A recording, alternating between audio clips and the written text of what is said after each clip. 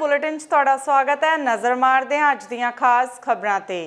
ਸ਼੍ਰੀ ਗੋਇੰਦਵਾਲ ਸਾਹਿਬ ਵਿਖੇ ਸਾਲਾਨਾ ਮੇਲਾ ਜਗਵਾਲਾ ਦੇਖਣ ਲਈ ਜਾ ਰਹੇ ਨੌਜਵਾਨ ਹਾਦਸੇ ਦਾ शिकार हो गए ਤੇ दो मोटरसाइकिल आपस ਵਿੱਚ ਭਿੜਨ ਨਾਲ दो ਨੌਜਵਾਨਾਂ ਦੀ ਮੌਤ ਤੇ दो ਗੰਭੀਰ ਰੂਪ ਵਿੱਚ ਜ਼ਖਮੀ ਹੋ ਗਏ ਤੇ ਰਾਹਗੀਰਾਂ ਨੇ ਹੀ ਜ਼ਖਮੀਆਂ ਨੂੰ ਹਸਪਤਾਲ ਭਰਤੀ ਕਰਵਾਇਆ ਪਰ ਉਹਨਾਂ ਦੀ ਹਾਲਤ ਦੇਖਦੇ ਹੋਏ ਅੰਮ੍ਰਿਤਸਰ ਦੇ ਵੱਡੇ ਹਸਪਤਾਲ ਵਿੱਚ ਰੈਫਰ ਕਰ ਦਿੱਤਾ ਗਿਆ।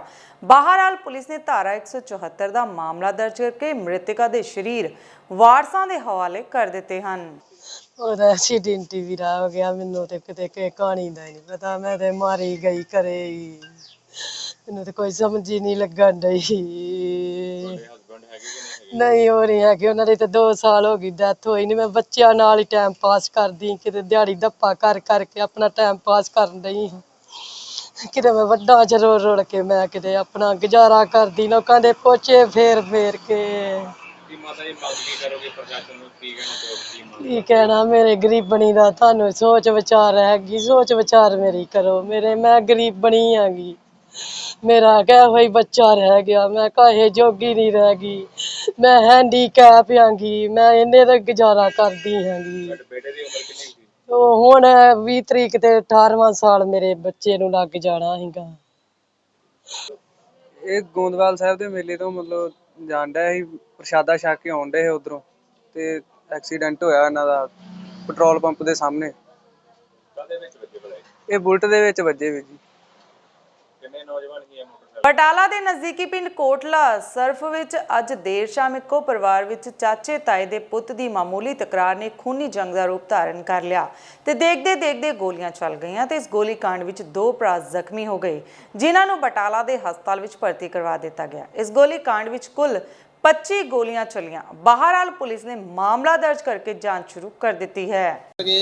ਦੇਖੋ ਜੀ ਸਾਡਾ ਭਤੀਜਾ ਲੱਗਦਾ ਵਾ ਵਿਕਰਮਜੀਤ ਸਿੰਘ ਵਿੱਕੀ ਪਿੰਡ ਕੋਲੇ ਸਾਹਿਬ ਦਾ ਉਹਦਾ ਪਿਓ ਦਾ ਨਾਮ ਜਸਵੀਰ ਸਿੰਘ ਆ ਜਸਵੀਰ ਮੇਰਾ ਭਰਾ ਵਾ ਛੋਟਾ ਤੇ ਇਹ ਕਿਤੇ ਸਾਡਾ ਮੁੰਡਾ ਵੀ ਤੇ ਉਹ ਵੀ ਟਰਾਈ ਤੇ ਗਿਆ ਗੋਂਦਵਾਲ ਸਾਹਿਬ ਮੇਲੇ ਵੇਖੋ ਤੇ ਉਹਦਾ ਪਿਓ ਦਵਾਈ ਲੈਣ ਜਾਣ ਡਿਆ ਸੀ ਮਤਲਬ ਝੰਡੇ ਦੇ ਪੁੱਲ ਤੇ ਉਹ ਕਹਿਣ ਡਿਆ ਪਿਆ ਵੀ ਤੂੰ ਚੂੜਾ ਲੱਗਾ ਉਹਨਾਂ ਦਾ ਤੂੰ ਉਹਨਾਂ ਦਾ ਕੰਮ ਕਾਰ ਕਰਦਾ ਫਿਰਨਾ ਆਪ ਨਹੀਂ ਜਾ ਸਕਦੇ ਉਹਨੂੰ ਨਹੀਂ ਪਤਾ ਵੀ ਇਹ ਕਿਹੜੇ ਕੰਮ ਜਾ ਰਿਹਾ ਉਹ ਆਪਣੀ ਪੈਰ ਦਾ ਖਰਾਬ ਦਵਾਈ ਲੈਣ ਜਾ ਰਿਹਾ ਜੀ ਤੇ ਇਸੇ ਗੱਲ ਤੋਂ ਗਾਲਾਂ ਕੱਢਦਾ ਪਿਆ ਚਾਚੇ ਤਾਇਆਂ ਨੂੰ ਉਹ ਗੰਦੀਆਂ ਗਾਲਾਂ ਕੱਢਦਾ ਹਾਂਜੀ ਵੀ ਉਹਨੂੰ ਪਤਾ ਨਹੀਂ ਵੀ ਇਹ ਕਿਹ ਕੰਮ ਜਾ ਰਿਹਾ ਤੇ ਗਾਲਾਂ ਕੱਢਦਾ ਪਿਆ। ਮੇਰਾ ਮੁੰਡਾ ਮੇਲਾ ਵੇਖਣ ਗਿਆ ਸੀ ਨਾਲ ਉਹਨੇ ਕਿਹਾ ਵੀ ਤੂੰ ਗਾਲਾਂ ਕਿਉਂ ਕੱਢਣਾ ਵਾ ਦਾ ਨਾਂ ਲੈ ਕੇ ਗਾਲਾਂ ਕੱਢ ਤੇ ਇਸੇ ਗੱਲ ਤੋਂ ਮਤਲਬ ਉਹ ਰੌਲਾ ਪਾਉਂਦਾ ਪਿਆ ਮੇਰੇ ਮੁੰਡੇ ਕਿ ਥੱਪੜ ਮਾਰਿਆ ਉਹਦੇ ਇਸੇ ਗੱਲ ਤੋਂ ਮੁੜ ਕੇ ਘਰ ਆ ਗਿਆ ਤੇ ਮੁੜ ਕੇ ਉਹਨੇ ਕਿਹਾ ਵੀ ਮੁੜ ਕੇ ਚੁੱਪ ਕੋਈ ਗੱਲਬਾਤ ਨਹੀਂ ਹੋਈ। ਫਿਰ ਇਹਨਾਂ ਫੋਨ ਕਰਤਾ ਆਪਣੇ ਜੀਜੇ ਨੂੰ ਅੰਮ੍ਰਿਤਪਾਲ ਸਿੰਘ ਨੂੰ ਪਿੰਡ ਡੇਰੀਵਾਲ ਦਾ ਰਹਿਣ ਤਸਕੇ ਲਾ ਕੇ ਪਿੰਡ ਆ ਜੀ। ਫਿਰ ਉਹ ਮੁੰਡੇ ਲੈ ਕੇ ਆਇਆ 5-7 ਨਾਲ ਪਿਸਟਲ ਲੈ ਆਇਆ ਉਹਨੇ ਗੋਲੀ ਚਲਾਈ ਛੱਡਿਆ ਸਾਡੇ 8 ਵਜੇ ਨਾਲ ਪਿੰਡ ਆਣ ਕੇ ਤੇ ਅਸੀਂ ਤਾਂ ਬੜੇ ਦੌੜ ਭੱਜ ਕੇ ਬਚੇ ਹਾਂ ਜੀ। ਫਿਰ ਅਸੀਂ ਸਾਡੇ ਕੋਲ ਖਾਲੀ ਹੱਥ ਤੁਹਾਨੂੰ ਪਤਾ ਵੀ ਅਸੀਂ ਕਿਹੜਾ ਵੀ ਲੜੀ ਕਰਨੀ ਸੀ ਜਾਂ ਕੋਈ ਡੰਡਾ ਛੋਟਾ ਫੜ ਲੈਂਦੇ ਅਸੀਂ ਭੱਜੇ ਦੌੜੇ ਲਾਲਾ ਕੀਤੀ ਫੜ ਲਓ ਫਿਰ ਬੜੇ ਜ਼ੋਰ ਨਾਲ ਭਜਾਏ ਆ ਫਿਰ ਵੀ ਉਹਨਾਂ ਸਾਡੇ ਗੋਲੀਆਂ ਮਾਰਦੀਆਂ ਵਾ ਫਿਰ ਜੀ ਕਿਰਪਾਨਾਂ ਦਰਦ ਵੀ ਹੈਗੇ ਸੀ ਜੀ ਤੇ 2 ਕੇ ਪਿਸਟਲ ਸੀ ਉਹਨਾਂ ਕੋਲ ਦੋਵਾਂ ਜਾਣਿਆਂ ਕੋਲ ਤੇ ਬੜੇ ਜ਼ੋਰ ਨਾਲ ਉਹਨਾਂ 25-30 ਗੋਲੀਆਂ ਚਲਾਈਆਂ ਬੜੇ ਜ਼ੋਰ ਨਾਲ ਭੱਜ ਕੇ ਬਚੇ ਬਹੁਤ। ਅੱਜ ਗੁਰਦਾਸਪੁਰ ਦੇ ਹਨੂਮਾਨ ਚੌਂਕ ਗੀਤਾ ਭਵਨ ਵਿਖੇ ਇਲੈਕਟ੍ਰੋਨਿਕ ਦੇ ਹੋਲਸੇਲ ਦੁਕਾਨ ਵਿੱਚ ਤੜਕਸਾਰ ਅੱਗ ਲੱਗ ਗਈ ਜਿਸ ਦੇ ਚਲਦਿਆਂ ਲੱਖਾਂ ਦਾ ਸਮਾਨ ਸੜ ਕੇ ਸੁਆਹ ਹੋ ਗਿਆ। ਦੱਸਣਯੋਗ ਹੈ ਕਿ ਗੋਦਾਮ ਦੇ ਉੱਪਰ ਮਾਲਿਕ ਦੀ ਰਿਹਾਇਸ਼ ਹੈ ਤੇ ਸਾਰਾ ਪਰਿਵਾਰ ਉੱਪਰ ਹੀ ਸੁੱਤਾ ਪਿਆ ਸੀ ਤੇ ਬੜੀ ਮੁਸ਼ਕਿਲ ਨਾਲ ਅੱਗ ਤੇ ਕਾਬੂ ਪਾਇਆ ਗਿਆ। ਬਹਰਾਲ ਇਸ ਅਗਨੀ ਕਾਂਡ ਵਿੱਚ ਕੋਈ ਜਾਨੀ ਨੁਕਸਾਨ ਨਹੀਂ ਹੋਇਆ। ਸੁੰਦਰ ਸਿੰਘ ਵਾਰਡ ਨੰਬਰ 11 ਦੇ ਵਿੱਚ ਹਨੂਮਾਨ ਚੌਂਕ ਤੇਲੀਆਂ ਵਾਲੀ ਗਲੀ ਦੇ ਵਿੱਚ ਸਵੇਰੇ 6 ਵਜੇ ਨਾਲ ਪਤਾ ਲੱਗਾ ਸੀਗਾ ਕਿ ਸ਼ਾਰਟ ਸਰਕਟ ਦੇ ਨਾਲ ਅੱਗ ਲੱਗੀ ਹੈ। ਸਾਰੇ ਮਹੱਲੇ ਵਾਲਿਆਂ ਨੇ ਪਹਿਲੇ ਪੂਰੀ ਕੋਸ਼ਿਸ਼ ਕੀਤੀ ਉਸ ਤੋਂ ਬਾਅਦ ਫਾਇਰ ਬ੍ਰਿਗੇਡ ਨੂੰ ਫੋਨ ਕੀਤਾ। ਫਾਇਰ ਬ੍ਰਿਗੇਡ ਆਈ ਔਰ ਅੱਗ ਦੇ ਉੱਤੇ ਕਾਬੂ ਪਾ ਲਿਆ। ਜਿਹੜਾ ਨੁਕਸਾਨ ਹੈ ਨੀਅਰ ਅਬਾਊਟ 15 ਤੋਂ 20 ਦੇ ਵਿੱਚ ਹੈਗਾ ਵਾ ਔਰ ਪੁਲਿਸ ਥਾਣੇ ਕੰਪਲੇਂਟ ਲਿਖਾ ਕੇ ASI ਰਾਜ ਮਸੀਹ ਜੀ ਆਏ ਸੀਗੇ ਆਪਣੀ ਕਾਰਵਾਈ ਕਰਕੇ ਫੋਟੋਆਂ ਖਿੱਚ ਕੇ ਉਹ ਲੈ ਗਏ ਨਹੀਂ।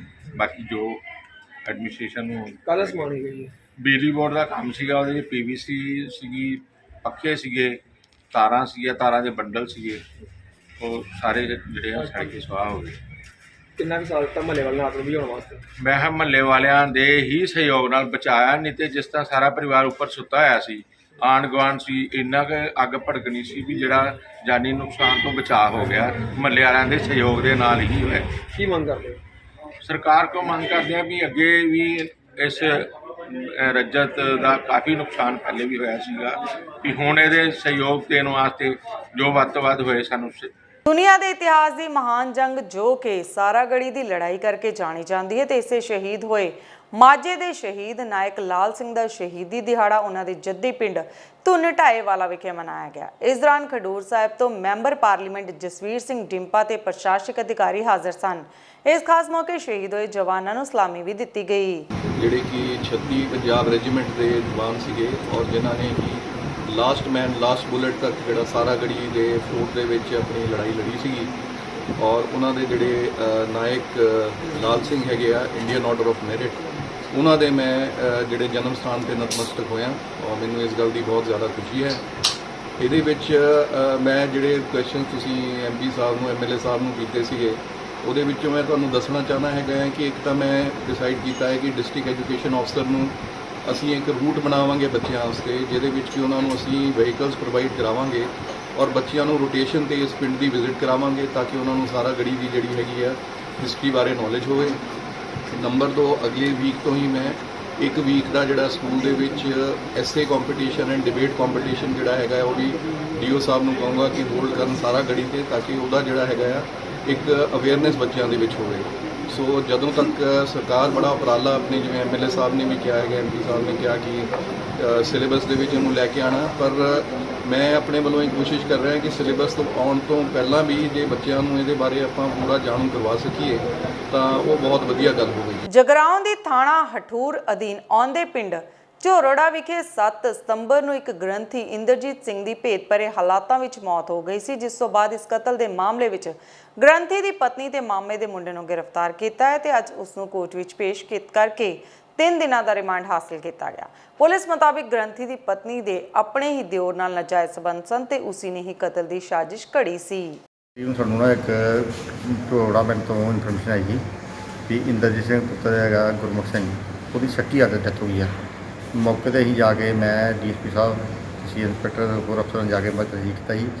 ਉਹ ਜਾਰੀ ਤੌਰ 'ਤੇ ਜਿਹੜੀ ਆ ਸੱਟ ਨਹੀਂ ਸੀ ਜਾਫਰੀ ਬਾਹਰ, ਕੋਈ ਗੰਭੀਰ ਸੱਟ ਨਹੀਂ ਸੀ ਅਤੇ ਉਦੋਂ ਮਾਤਾ ਨੇ ਉਹਦੇ ਬਿਆਨ 'ਤੇ 177 ਕਾਰਵਾਈ ਕਰਾਈ ਕੀਤੀ ਗਈ ਸੀ ਅਤੇ ਮੁੜ ਕੇ ਉਹਦੀ ਮਾਤਾ ਨੇ ਕੱਲ੍ਹ ਸਾਨੂੰ ਬਿਆਨ ਲਿਖਾਇਆ ਆਪਣਾ ਹੀ ਵੀ ਮੈਨੂੰ ਸ਼ੱਕ ਹੈ ਵੀ ਮੇਰੀ ਮੁੰਡੇ ਦੇ ਜਿਹੜਾ ਰਾਤ ਜੋ ਕੈਮਰੇ ਲੱਗੇ ਸੀ ਘਰ ਦੀ, ਉਹ ਕੈਮਰੇ ਦੇ DVR ਬੰਦ ਸੀ 11 ਵਜੇ ਤੋਂ ਲੈ 11:30 ਤੋਂ ਲੈ ਕੇ ਰਾਤ 2 ਵਜੇ ਤੱਕ ਜੀ। ਅਤੇ ਉਹ ਕਹਿੰਦੇ ਮੈਨੂੰ ਸ਼ੱਕ ਹੈ ਵੀ ਮੇਰੀ ਨੂੰਹ ਨੇ ਜਿਹੜੀ ਆ ਮੇਰੇ ਭਰਾ ਦੇ ਮੁੰਡੇ ਨਾਲ ਮਿਲ ਕੇ ਫਾਦੇ ਗਲਾ ਘੁੱਟ ਕੇ ਮਾਰਤਾ ਸੀ। ਉਹਨਾਂ ਬਿਆਨ 'ਤੇ ਪਰਚਾ ਦੇ ਕਰਕੇ ਆਪਾਂ ਕੱਲ੍ਹ ਹੀ ਜਿਹੜੀ ਆ ਉਹਨੇ 9 ਦੀ ਕਰਨਵਰੀ ਤੋਂ ਉਹਨੂੰ ਗੁੱਸਾ ਕਰ ਲਿਆ ਸੀ। ਅੱਜ ਉਹਨਾਂ ਦੇ ਜਿਹੜਾ ਭਰਾ ਦਾ ਲੜਕਾ ਸੀ ਹਰਦੀਪ ਸਿੰਘ, ਉਹਨੂੰ ਗ੍ਰਿਫਤਾਰ ਕਰਕੇ ਕੋਰਟ ਵਿੱਚ ਕਰ ਹੁਸ਼ਿਆਰਪੁਰ ਦੇ Chintpurni national highway NH3 road ward number 1 ਮੁਹੱਲਾ ਵਾਸੀ ਨਿਵਾਸੀਆਂ ਦੇ ਖੁੱਲੇ ਸ਼ਰਾਬ ਦੇ ਠੇਕੇ ਦਾ ਵਿਰੋਧ ਦਾ ਮਾਮਲਾ ਸਾਹਮਣੇ ਆਇਆ ਹੈ, ਜਿੱਥੇ ਲੋਕਾਂ ਨੇ ਕਿਹਾ ਹੈ ਕਿ ਇਸ ਨੂੰ ਬੰਦ ਕਰਵਾਉਣ ਲਈ DC ਨੂੰ ਮੰਗ ਪੱਤਰ ਵੀ ਦਿੱਤਾ ਗਿਆ ਸੀ ਕਿਉਂਕਿ ਸ਼ਰਾਬ ਦੇ ਠੇਕੇ ਕੋਲ ਸਕੂਲ ਪੈਂਦਾ ਹੈ। ਮੁਹੱਲੇ ਦੀਆਂ ਔਰਤਾਂ ਨੇ ਕਿਹਾ ਕਿ ਸ਼ਰਾਬ ਦੇ ਠੇਕੇ ਨਾਲ ਅਹਾਤਾ ਵੀ ਹੈ ਤੇ ਹਰ ਰੋਜ਼ ਸ਼ਰਾਬੀ ਹੱਲਾ ਕਰਦੇ ਹਨ, ਜਿਸ ਨਾਲ ਉਹ ਡਰਦੇ ਮਾਰੇ ਆਪਣੇ ਬੱਚੇ ਸਕੂਲ ਤੱਕ ਛੱਡਣ ਨਹੀਂ ਚਾਹੁੰਦੇ। ਉਹਨਾਂ ਮੰਗ ਕੀਤੀ ਕਿ ਮੁਹੱਲੇ ਵਿੱਚ ਇਸ ਸ਼ਰਾਬ ਦੇ ਠੇਕੇ ਨੂੰ ਤੁਰੰਤ ਬੰਦ ਕਰਵਾਇਆ ਜਾਵੇ। ਇਸ ਕਰਕੇ ਰੋਡ ਜਾਮ ਕੀਤਾ ਕਿ ਸਾਡੀ ਕਲੋਨੀ ਦੇ ਬਿਲਕੁਲ ਸਾਹਮਣੇ ਜਿਹੜਾ ਹੈ ਇਹ ਠੇਕਾ ਖੋਲ੍ਹਿਆ ਹੈ, ਨੰਬਰ 1। ਨੰਬਰ 2, ਇੱਥੇ ਅਸੀਂ ਸਾਰੇ ਬੱਚਿਆਂ ਨੂੰ ਲੈਣ ਵਾਸਤੇ ਆਉਂਦੇ ਹਾਂ, ਲੇਡੀਜ਼ ਵੀ ਔਰ ਬੱਚੇ ਵੀ ਇੱਥੇ ਚੜ੍ਹਦੇ ਆ। 7-8 ਬੱਸਾਂ ਆਉਂਦੀਆਂ।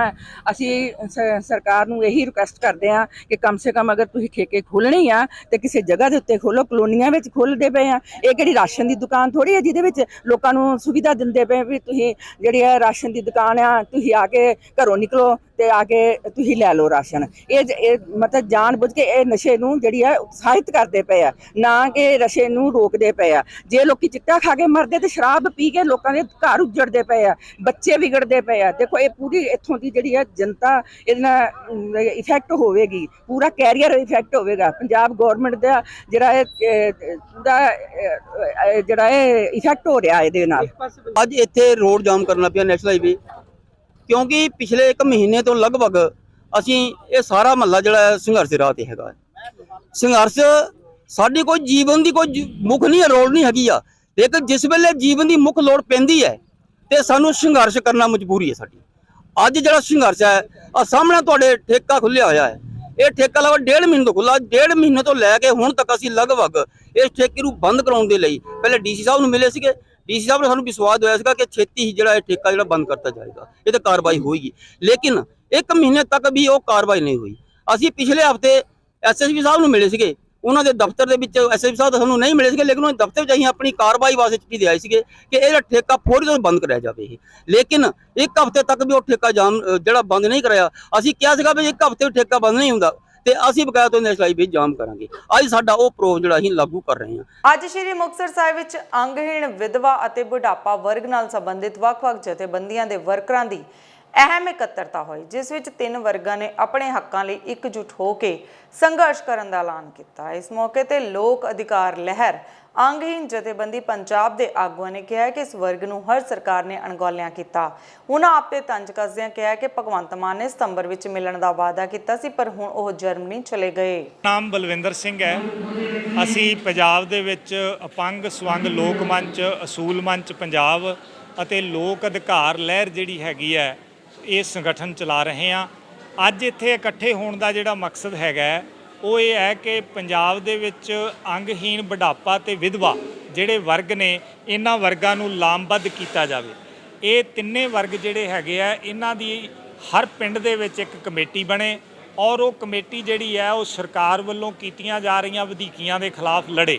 ਮਿਸਾਲ ਦੇ ਤੌਰ ਤੇ ਸਰਕਾਰ ਇਹ ਚਾਹ ਰਹੀ ਹੈ ਕਿ ਹਰ 3 ਮਹੀਨੇ ਬਾਅਦ ਬਜ਼ੁਰਗ ਜਾ ਕੇ ਇਹ ਦੱਸਣ ਕਿ ਅਸੀਂ ਅਜੇ ਜਿਉਂਦੇ ਹਾਂ, ਜਦੋਂ ਕਿ ਸਰਕਾਰ ਦੇ ਕੋਲੇ ਹਰ ਪਿੰਡ ਦੇ ਵਿੱਚ ਆਂਗਣਵਾੜੀ ਭੈਣਾਂ ਹੈਗੀਆਂ ਔਰ ਇਹ ਸੂਚਨਾ ਸਰਕਾਰ ਕੋਲੇ ਪਹੁੰਚਦੀ ਹੋ ਸਕਦੀ ਹੈ। ਸੋ ਬਹੁਤ ਵਾਰੀ ਕੀ ਹੁੰਦਾ ਹੈ ਕਿ ਪੈਨਸ਼ਨ ਜਿਹੜੀ ਹੈ ਉਹ 4-4 ਮਹੀਨੇ ਨਹੀਂ ਆਉਂਦੀ ਔਰ 4 ਮਹੀਨਿਆਂ ਬਾਅਦ ਜਦੋਂ ਪੈਨਸ਼ਨ ਮਿਲਦੀ ਹੈ ਤਾਂ ਪਿਛਲਾ ਕਿਸੇ ਤਰ੍ਹਾਂ ਦਾ ਕੋਈ ਬਕਾਇਆ ਨਹੀਂ ਮਿਲਦਾ। ਸੋ ਇਹਨਾਂ ਵਰਗਾਂ ਨੂੰ ਇਕੱਠੇ ਕਰਕੇ ਪੰਜਾਬ ਦੇ ਵਿੱਚ ਪੈਨਸ਼ਨ ਜਿਹੜੀ ਹੈ ਉਹ ਬੇਹੱਦ ਘੱਟ ਹੈ। 1500 ਰੁਪਈਆ ਪੈਨਸ਼ਨ ਦੇ ਨਾਲ ਇੱਕ ਅੰਗਹੀਣ ਦਾ ਜਾਂ ਬਜ਼ੁਰਗਾਂ ਦਾ, ਵਿਧਵਾਵਾਂ ਦਾ ਗੁਜ਼ਾਰਾ ਨਹੀਂ ਹੋ ਸਕਦਾ। ਇਹ ਕੋਈ ਫਰੀ ਦੀਆਂ ਵੰਡਣ ਵਾਲੀਆਂ ਰਿਓੜੀਆਂ ਨਹੀਂ ਹੈਗੀਆਂ, ਇਹ ਸਰਕਾਰ ਦੀ ਸੰਵਿਧਾਨਕ ਜ਼ਿੰਮੇਵਾਰੀ ਹੈ ਇਹਨਾਂ ਵਰਗਾਂ ਨੂੰ ਪੈਨਸ਼ਨ ਦੇਣਾ। ਸੋ 5000 ਰੁਪਈਆ ਮਹੀਨਾ ਪੈਨਸ਼ਨ ਦੇ ਲਈ ਪੂਰੇ ਪੰਜਾਬ ਦੇ ਵਿੱਚ ਲਾਮਬੰਦੀ ਕਰਕੇ ਇੱਕ ਸੰਘਰਸ਼ ਜਿਹੜਾ ਉਹ ਲੜਿਆ ਜਾਏਗਾ। ਆਉਣ ਵਾਲੇ ਦਿਨਾਂ ਦੇ ਵਿੱਚ ਲੋਕ ਅਧਿਕਾਰ ਲਹਿਰ, ਬਹੁਤ ਸਾਰੀਆਂ ਜਥੇਬੰਦੀਆਂ ਛੋਟੀਆਂ ਤੇ ਵੱਡੀਆਂ ਮਿਲਾ ਕੇ, ਜੇ ਆਪਾਂ ਕਹੀਏ 100 ਤੋਂ ਵਧੇਰੇ ਜਥੇਬੰਦੀਆਂ ਦੇ ਨਾਲ ਤਾਲਮੇਲ ਕਰਕੇ ਅਲੱਗ-ਅਲੱਗ ਮਸਲਿਆਂ ਨੂੰ ਇੱਕੇ ਪਲੇਟਫਾਰਮ ਦੇ ਉੱਤੇ ਲੈ ਕੇ ਆਵੇਗੀ। ਹੁਣ ਅਸੀਂ ਪਿਛਲੇ ਦਿਨਾਂ ਦੇ ਵਿੱਚ ਅਲੱਗ-ਅਲੱਗ ਜ਼ਿਲ੍ਹਿਆਂ 'ਚ ਇਹ ਇਕਾਈਆਂ ਬਣਾਈਆਂ। ਅੱਜ ਮੁਕਤਸਰ ਦੇ ਵਿੱਚ ਜਿਹੜਾ ਹੈਗਾ ਭੁਪਿੰਦਰ ਸਿੰਘ ਬਰਾੜ ਹੋਰਾਂ ਨੂੰ ਅਸੀਂ ਪ੍ਰਧਾਨ ਬਣਾਇਆ। ਇਸੇ ਤਰ੍ਹਾਂ ਫਰੀਦਕੋਟ ਜ਼ਿਲ੍ਹੇ ਦਾ ਮੇਰੇ ਮਗਰਲੇ ਪਾਸੇ ਖੜੇ ਨੇ, ਨਾਲ ਖੜੇ ਹੈ ਸਰਦਾਰ ਜਗਤਾਰ ਸਿੰਘ। ਇਸੇ ਤਰ੍ਹਾਂ ਫਾਜ਼ਿਲਕਾ ਤੋਂ ਸਖਰਾਜ ਸਿੰਘ ਆਏ ਹੋਏ ਹੈ।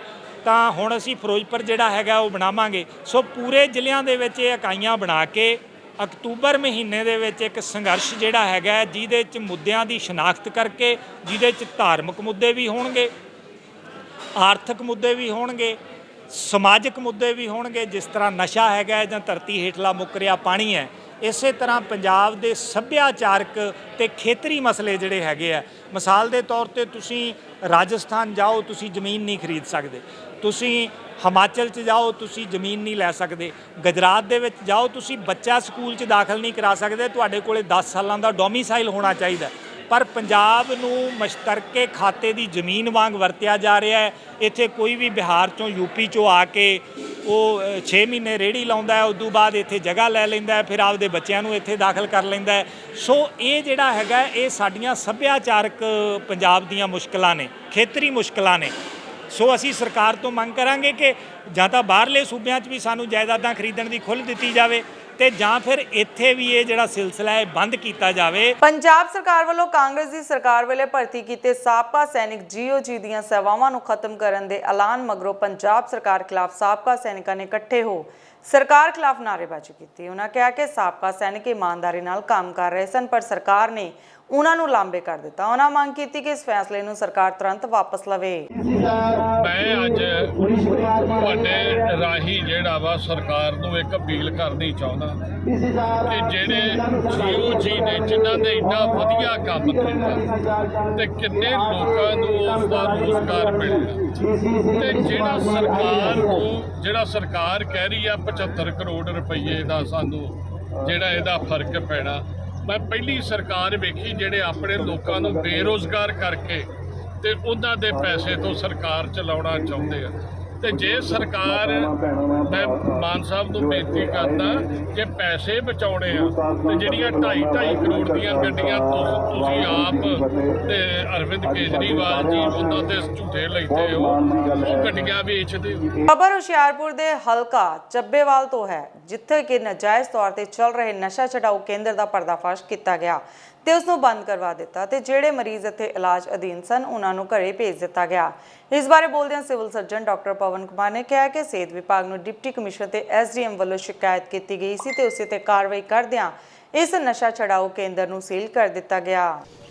ਸਾਨੂੰ ਕੱਲ ਸ਼ਾਮੀ ਐਸਡੀਐਮ ਜਿਹੜੇ ਹੁਸ਼ਿਆਰਪੁਰ ਉਹਨਾਂ ਦਾ ਫੋਨ ਆਇਆ ਸੀ।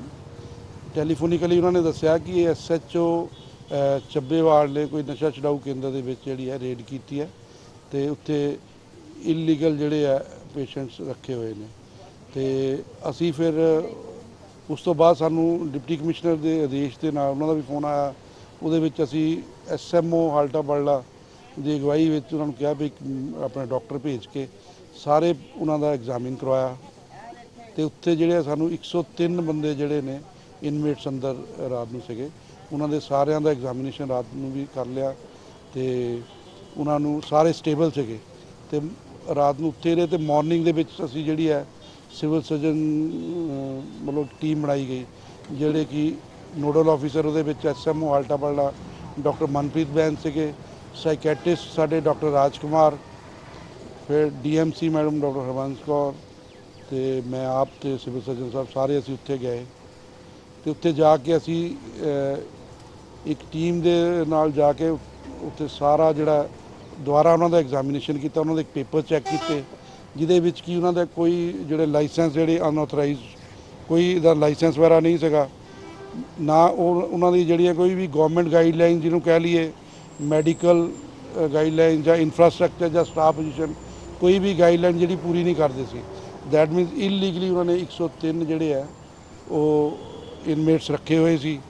ਉਹਨਾਂ ਨੂੰ ਅਸੀਂ ਦੇਖਿਆ ਸਾਰੇ ਸਟੇਬਲ ਸੀਗੇ ਤੇ ਅਸੀਂ ਉਹਨਾਂ ਨੂੰ ਸਾਰਿਆਂ ਨੂੰ ਐਗਜ਼ਾਮਿਨ ਕਰਕੇ ਬੋਰਡ ਵੱਲੋਂ ਜਿਹੜੀ ਹੈ ਉਹਨਾਂ ਦੀ ਪ੍ਰੀਲਿਮਿਨਰੀ ਰਿਪੋਰਟ ਸਬਮਿਟ ਕਰ ਦਿੱਤੀ ਗਈ ਹੈ ਤੇ ਉਹਦੇ ਵਿੱਚ ਉਹਨਾਂ ਨੂੰ ਇਹ ਵੀ ਸੁਜੈਸਟ ਕੀਤਾ ਕਿ ਜਿਹੜੇ ਬੰਦੇ ਤੁਹਾਨੂੰ ਲੱਗਦਾ ਵੀ ਸਿੱਕ ਹੋਣਗੇ ਉਹਨਾਂ ਨੂੰ ਸਿਵਲ ਹਸਪੀਟਲ ਵਿੱਚ ਭੇਜਿਆ ਜਾਵੇ ਤੇ ਜਿਹੜੇ ਸਟੇਬਲ ਨੇ ਉਹਨਾਂ ਨੂੰ ਘਰਦਿਆਂ ਨੂੰ ਬੁਲਾ ਕੇ ਉਹਨਾਂ ਨੂੰ ਸੌਂਪ ਦਿੱਤਾ ਜਾਵੇ ਤੇ ਉਹਨੂੰ ਇਵੈਕੂਏਟ ਕਰਕੇ ਉਹਨੂੰ ਸੀਲ ਕੀਤਾ ਜਾਵੇ।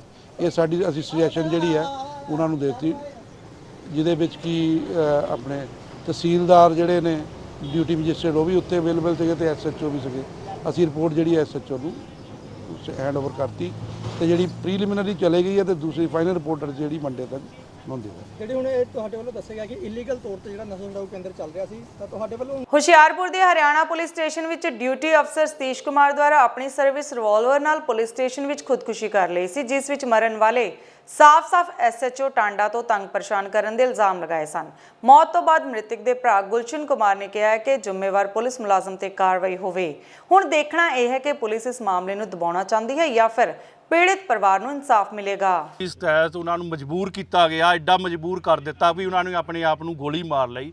ਉਹ ਸੁਸਾਈਡ ਨਹੀਂ ਆ, ਉਹਨੂੰ ਮਰਡਰ ਦਾ 302 ਤੇ 306 ਲਾ ਕੇ ਉਹਨਾਂ ਦੇ ਪਰਚਾ ਦਿੱਤਾ ਜਾਵੇ ਤੇ ਚੱਕ ਕੇ ਉਹਨਾਂ ਨੂੰ ਅੰਦਰ ਦਿੱਤੀ 174 ਦੀ ਕਾਰਵਾਈ ਸਾਨੂੰ ਨਹੀਂ ਪਤਾ। ਉਹ ਜਦ ਖੁਦ ਆਪ ਬਿਆਨ ਦੇ ਗਏ, ਉਹਨਾਂ ਦੇ ਬਿਆਨ ਤੋਂ ਵੱਡੇ ਵੀ ਕੋਈ ਕਿਸੇ ਦੇ ਬਿਆਨ ਆ ਹਨਾ। ਹੁਣ ਘਰਦਿਆਂ ਨੂੰ ਪ੍ਰੈਸ਼ਰਾਈਜ਼ ਕਰਕੇ ਤੁਸੀਂ ਜੋ ਮਰਜ਼ੀ ਉਹਨਾਂ ਤੋਂ ਲਿਖਵਾ ਲਓ ਹਨਾ ਵੀ ਉਹ ਖੁਦ ਜਦ ਬਿਆਨ ਦੇ ਗਏ, ਆਪ ਖੁਦ ਆਪਣੇ ਸੁਸਾਈਡ ਨੋਟ ਲਿਖ ਗਏ, ਆਪ ਉਹਨਾਂ ਨੇ ਵਾਇਰਲ ਕਰ ਦਿੱਤੀ ਆਪਣੀ ਵੀਡੀਓ। ਇਸ ਤੋਂ ਵੱਡਾ ਕੀ ਹੋਰ ਸਬੂਤ ਚਾਹੀਦਾ, ਬਿਆਨ ਚਾਹੀਦਾ ਤੁਹਾਨੂੰ ਵੀ? ਇਸ ਤੋਂ ਉੱਪਰ ਤਾਂ ਕੁਝ ਨਹੀਂ ਆ। ਐਸਆਈ ਸਤੀਸ਼ ਕੁਮਾਰ ਸਾਡੇ ਡਿਪਾਰਟਮੈਂਟ ਦਾ ਜਿਹੜਾ ਹੈਗਾ ਸਾਡਾ ਮਹਿਕਮੇ ਦਾ ਸਾਡਾ ਭਰਾ ਸੀਗਾ। ਉਹਦੀ ਕੱਲ੍ਹ ਜਿਹੜੀ ਹੈਗੀ ਆ ਅਚਨਚੇਤ ਉਹਦੀ ਡੈਥ ਹੋ ਗਈ ਆ। ਉਹਦੇ ਪਰਿਵਾਰ ਉਹਦੇ ਵਾਈਫ ਨੇ ਜੋ ਵੀ ਸਟੇਟਮੈਂਟ ਦਿੱਤੀ ਆ ਉਹਦੇ ਮੁਤਾਬਕ ਕਾਰਵਾਈ ਕੀਤੀ ਆ। ਬਾਕੀ ਜਿਹੜੇ ਹੈਗੇ ਆ ਉਹਦੇ ਕੋਈ ਆਂਢ ਗੁਆਂਢ ਦੇ ਜਾਂ ਰਿਸ਼ਤੇਦਾਰ ਵਗੈਰਾ ਕੁਝ ਉਹ ਕਾਰਵਾਈ ਕਰਨ ਵਾਸਤੇ ਕਹਿੰਦੇ ਸੀਗੇ, ਪਰ ਜੋ ਉਹਦੀ ਵਾਈਫ ਨੇ ਸਟੇਟਮੈਂਟ ਲਿਖਾਈ ਹੈ ਉਹਦੇ ਮੁਤਾਬਕ ਕਾਰਵਾਈ ਕੀਤੀ ਗਈ ਹੈ। ਮੋਗਾ ਦੀ ਸਾਦਾਵਾਲੀ ਬਸਤੀ ਵਿੱਚ ਇੱਕ ਨੌਜਵਾਨ ਦੀ ਕਬਾੜ ਦੇ ਡੰਪ ਕੋਲ ਲਾਸ਼ ਮਿਲਣ ਨਾਲ ਸਨਸਨੀ ਫੈਲ ਗਈ, ਜਿਸ ਦੀ ਸੂਚਨਾ ਤੁਰੰਤ ਪੁਲਿਸ ਨੂੰ ਦੇ ਦਿੱਤੀ ਗਈ। ਪੁਲਿਸ ਮੁਤਾਬਕ ਮਰਨ ਵਾਲੇ ਦੀ ਪਹਿਚਾਣ ਰਹਿਤ ਦੇ ਰੂਪ ਵਿੱਚ ਹੋਈ ਹੈ ਤੇ ਇਹ ਬਠਿੰਡਾ ਦਾ ਰਹਿਣ ਵਾਲਾ ਹੈ। ਬਹਰਹਾਲ ਨੌਜਵਾਨ ਦਾ ਪੋਸਟਮਾਰਟਮ ਕਰਵਾਇਆ ਜਾ ਰਿਹਾ ਹੈ। ਉਸ ਤੋਂ ਬਾਅਦ ਹੀ ਸੱਚ ਸਾਹਮਣੇ ਆਵੇਗਾ ਕਿ ਮੌਤ ਕਿਸ ਤਰ੍ਹਾਂ ਹੋਈ। ਉਹ ਮੇਰੀ ਮਾਸੀ ਦਾ ਮੁੰਡਾ ਸੀ, ਮਾਸੀ ਦਾ ਮੁੰਡਾ ਹੀ ਮਤਲਬ ਮੇਰੇ ਦਾ। ਕਿੱਥੇ ਰਹਿੰਦਾ ਸੀਗਾ ਤੇ ਇੱਥੇ ਦੀ ਡੈਥ ਕਿਸ ਤਰ੍ਹਾਂ ਹੋਈ ਹੈ? ਉਹ ਹੀ ਬਠਿੰਡੇ ਰਹਿੰਦਾ ਸੀ, ਸਾਡੇ ਕੋਲ ਵੈਸੇ ਆਇਆ ਹੋਇਆ ਸੀ, ਕੰਮ ਕਰਦਾ ਜੀ, ਜਿਮ ਡੇਲੀ ਜਾਂਦਾ ਸੀ, ਆਉਂਦਾ ਸੀ, ਬਟ ਸਾਨੂੰ ਇਹ ਨਹੀਂ ਪਤਾ ਜੀ ਉਹ ਨਸ਼ੇ ਕਰਦਾ ਜੀ ਕਿ ਨਹੀਂ। ਪਰ ਮੋਟਰਸਾਈਕਲ ਦੇ ਵਿੱਚੋਂ ਜਿਹੜੇ ਇਹਦੀ ਆਰਸੀ ਵਗੈਰਾ ਨਿਕਲੀ ਉਹ ਸਨੀ ਦੇ ਨਾਂ ਤੇ ਨਿਕਲੀ। ਸਨੀ ਕੌਣ? ਉਹ ਜੀ ਹੁਣ ਮਾਸੀ ਦਾ ਮੁੰਡਾ ਜੀ, ਹੁਣ ਸ਼ਾਮ ਨੂੰ ਮੰਗ ਕੇ ਲੈ ਜਾਂਦਾ ਜੀ ਮੋਟਰਸਾਈਕਲ ਕਿ ਮੈਂ ਜਾਣਾ ਵਾ ਜਿਮ ਜਾਣਾ ਵਾ, ਦੇ ਦੇ ਮੈਨੂੰ। 3-4 ਮਹੀਨੇ ਵਧੀਆ ਰਿਹਾ, ਵਧੀਆ ਆਉਂਦਾ ਰਿਹਾ, ਵਧੀਆ ਜਾਂਦਾ ਰਿਹਾ, ਕੋਈ ਇੱਦਾਂ ਦੀ ਦਿੱਕਤ ਵਾਲੀ ਗੱਲ ਨਹੀਂ। ਉਹਦਾ ਕੀ ਨਾਂ ਸੀ? ਉਹਦਾ ਨਾਮ ਰੋਹਿਤ। ਤੁਹਾਨੂੰ ਕਿਸ ਤਰ੍ਹਾਂ ਪਤਾ ਲੱਗਿਆ ਗੁੰਮ ਹੋਣ ਦੀ ਰਿਪੋਰਟ ਵਗੈਰਾ ਲਗਾਈ ਸੀ ਤੁਸੀਂ ਕੋਈ? ਨਹੀਂ ਜੀ, ਤਾਂ ਸਵੇਰ ਸਾਨੂੰ ਪਤਾ ਲੱਗਿਆ, ਸਰ ਨੇ ਫੋਨ ਲਾਇਆ ਇੱਥੇ ਥਾਣੇ 2 ਕਦੋਂ ਦਾ ਨੰਬਰ ਮਿਸਿੰਗ, ਤੋਂ। ਕਦੋਂ ਦਾ, ਘਰ ਤੋਂ ਕਦੋਂ ਦਾ ਗਏ? ਕੱਲ ਰਾਤ ਦਾ ਹੀ ਆ। ਤੁਹਾਨੂੰ ਸਵੇਰੇ ਪਤਾ ਲੱਗਦਾ? ਹਾਂਜੀ। ਹੁਣ ਤੁਸੀਂ ਥਾਣੇ ਪਹੁੰਚੇ ਆ, ਕੀ ਕਹਿੰਦੇ ਤੁਹਾਨੂੰ ਅਧਿਕਾਰੀ? ਇਹ ਕਹਿੰਦੇ ਕੋਈ ਨਹੀਂ, ਜਲਦੀ ਕਾਰਵਾਈ ਕਰਾਂਗੇ। ਨਸ਼ਾ ਕੀਤਾ ਹੋਇਆ ਵੈਸੇ ਉਹਦਾ? ਹੁਣ ਇਹ ਨਹੀਂ ਪਤਾ ਸਰ ਨਸ਼ਾ ਕੀਤਾ ਹੋਇਆ ਕਿ ਕੀ ਕੀਤਾ ਹੋਇਆ ਜੀ। ਪਹਿਲਾਂ ਨਸ਼ੇ ਕਰਦਾ ਸੀ? ਪਹਿਲਾਂ ਨਸ਼ੇ ਦਾ ਨਹੀਂ ਪਤਾ ਸੀ, ਉਹ ਵਧੀਆ ਜਿਮ ਜਾਂਦਾ ਹੀ, ਵਧੀਆ ਆਉਂਦਾ ਸੀ, ਮੁੰਡਾ ਬਹੁਤ ਵਧੀਆ ਸੀ ਮਤਲਬ। ਪਰ ਮਹੱਲੇ ਵਾਲਿਆਂ ਦੇ ਕਹਿਣ ਦੇ ਮੁਤਾਬਕ ਜਿਹੜਾ ਹੈਗਾ, ਕਹਿੰਦੇ ਵੀ ਜਿਹੜਾ ਨਸ਼ੇ ਦੇ ਓਵਰਡੋਜ਼ ਨਾਲ ਉਹਦੀ ਮੌਤ ਹੋਈ ਹੈ। ਹੁਣ ਇਹ ਨਹੀਂ ਪਤਾ ਸਰ ਉਹ ਨਸ਼ੇ ਕਰਦਾ ਹੈ ਕਿ ਨਹੀਂ ਕਰਦਾ ਜੀ। ਸੁਬਾਹ ਇਨਫੋਰਮੇਸ਼ਨ ਮਿਲੀ ਸੀ ਵੀ ਉੱਥੇ ਇੱਕ ਸਾਧਾਰਣੀ ਬਸਤੀ ਜਿਹੜਾ ਡੰਪ ਹੈਗਾ, ਉੱਥੇ ਇੱਕ ਅਣਪਛਾਤੀ ਡੈੱਡ ਬੋਡੀ ਪਈ ਆ, ਜਿੱਥੇ ਮੈਂ ਆਪਦੀ ਪਾਰਟੀ ਨਾਲ ਮੌਕੇ ਤੇ ਜਾ ਕੇ ਦੇਖਿਆ ਤਾਂ ਜਿਸ ਦਾ ਇੱਕ ਮੋਟਰਸਾਈਕਲ ਵੀ ਮਿਲਿਆ, ਜਿਸ ਵਿੱਚੋਂ ਸਨੀ ਨਾਂ ਦੇ ਲੜਕੇ ਦੇ ਕੋਈ ਡਰਾਈਵਿੰਗ ਲਾਇਸੈਂਸ ਮਿਲਿਆ। ਸਾਨੂੰ ਹੁਣ ਪਤਾ ਲੱਗਾ ਵੀ ਇਹ ਕੋਈ ਰੋਹਿਤ ਨਾਂ ਦਾ ਲੜਕਾ ਇੱਥੇ ਆਪਣੀ ਮਾਸੀ ਕੋਲ ਰਹਿ ਰਿਹਾ ਸੀ ਚੜੈਕ ਰੋਡ ਤੇ, ਜਿਹੜਾ ਇਹਦਾ ਮੋਟਰਸਾਈਕਲ ਦਾ ਐਡਰੈਸ ਸੀ। ਅੱਗੇ ਅਸੀਂ ਵੈਰੀਫਾਈ ਕਰ ਰਹੇ ਹਾਂ, ਲਾਸ਼ ਨੂੰ ਅਸੀਂ ਡੈੱਡ ਹਾਊਸ ਰਖਵਾ ਦਿੱਤਾ।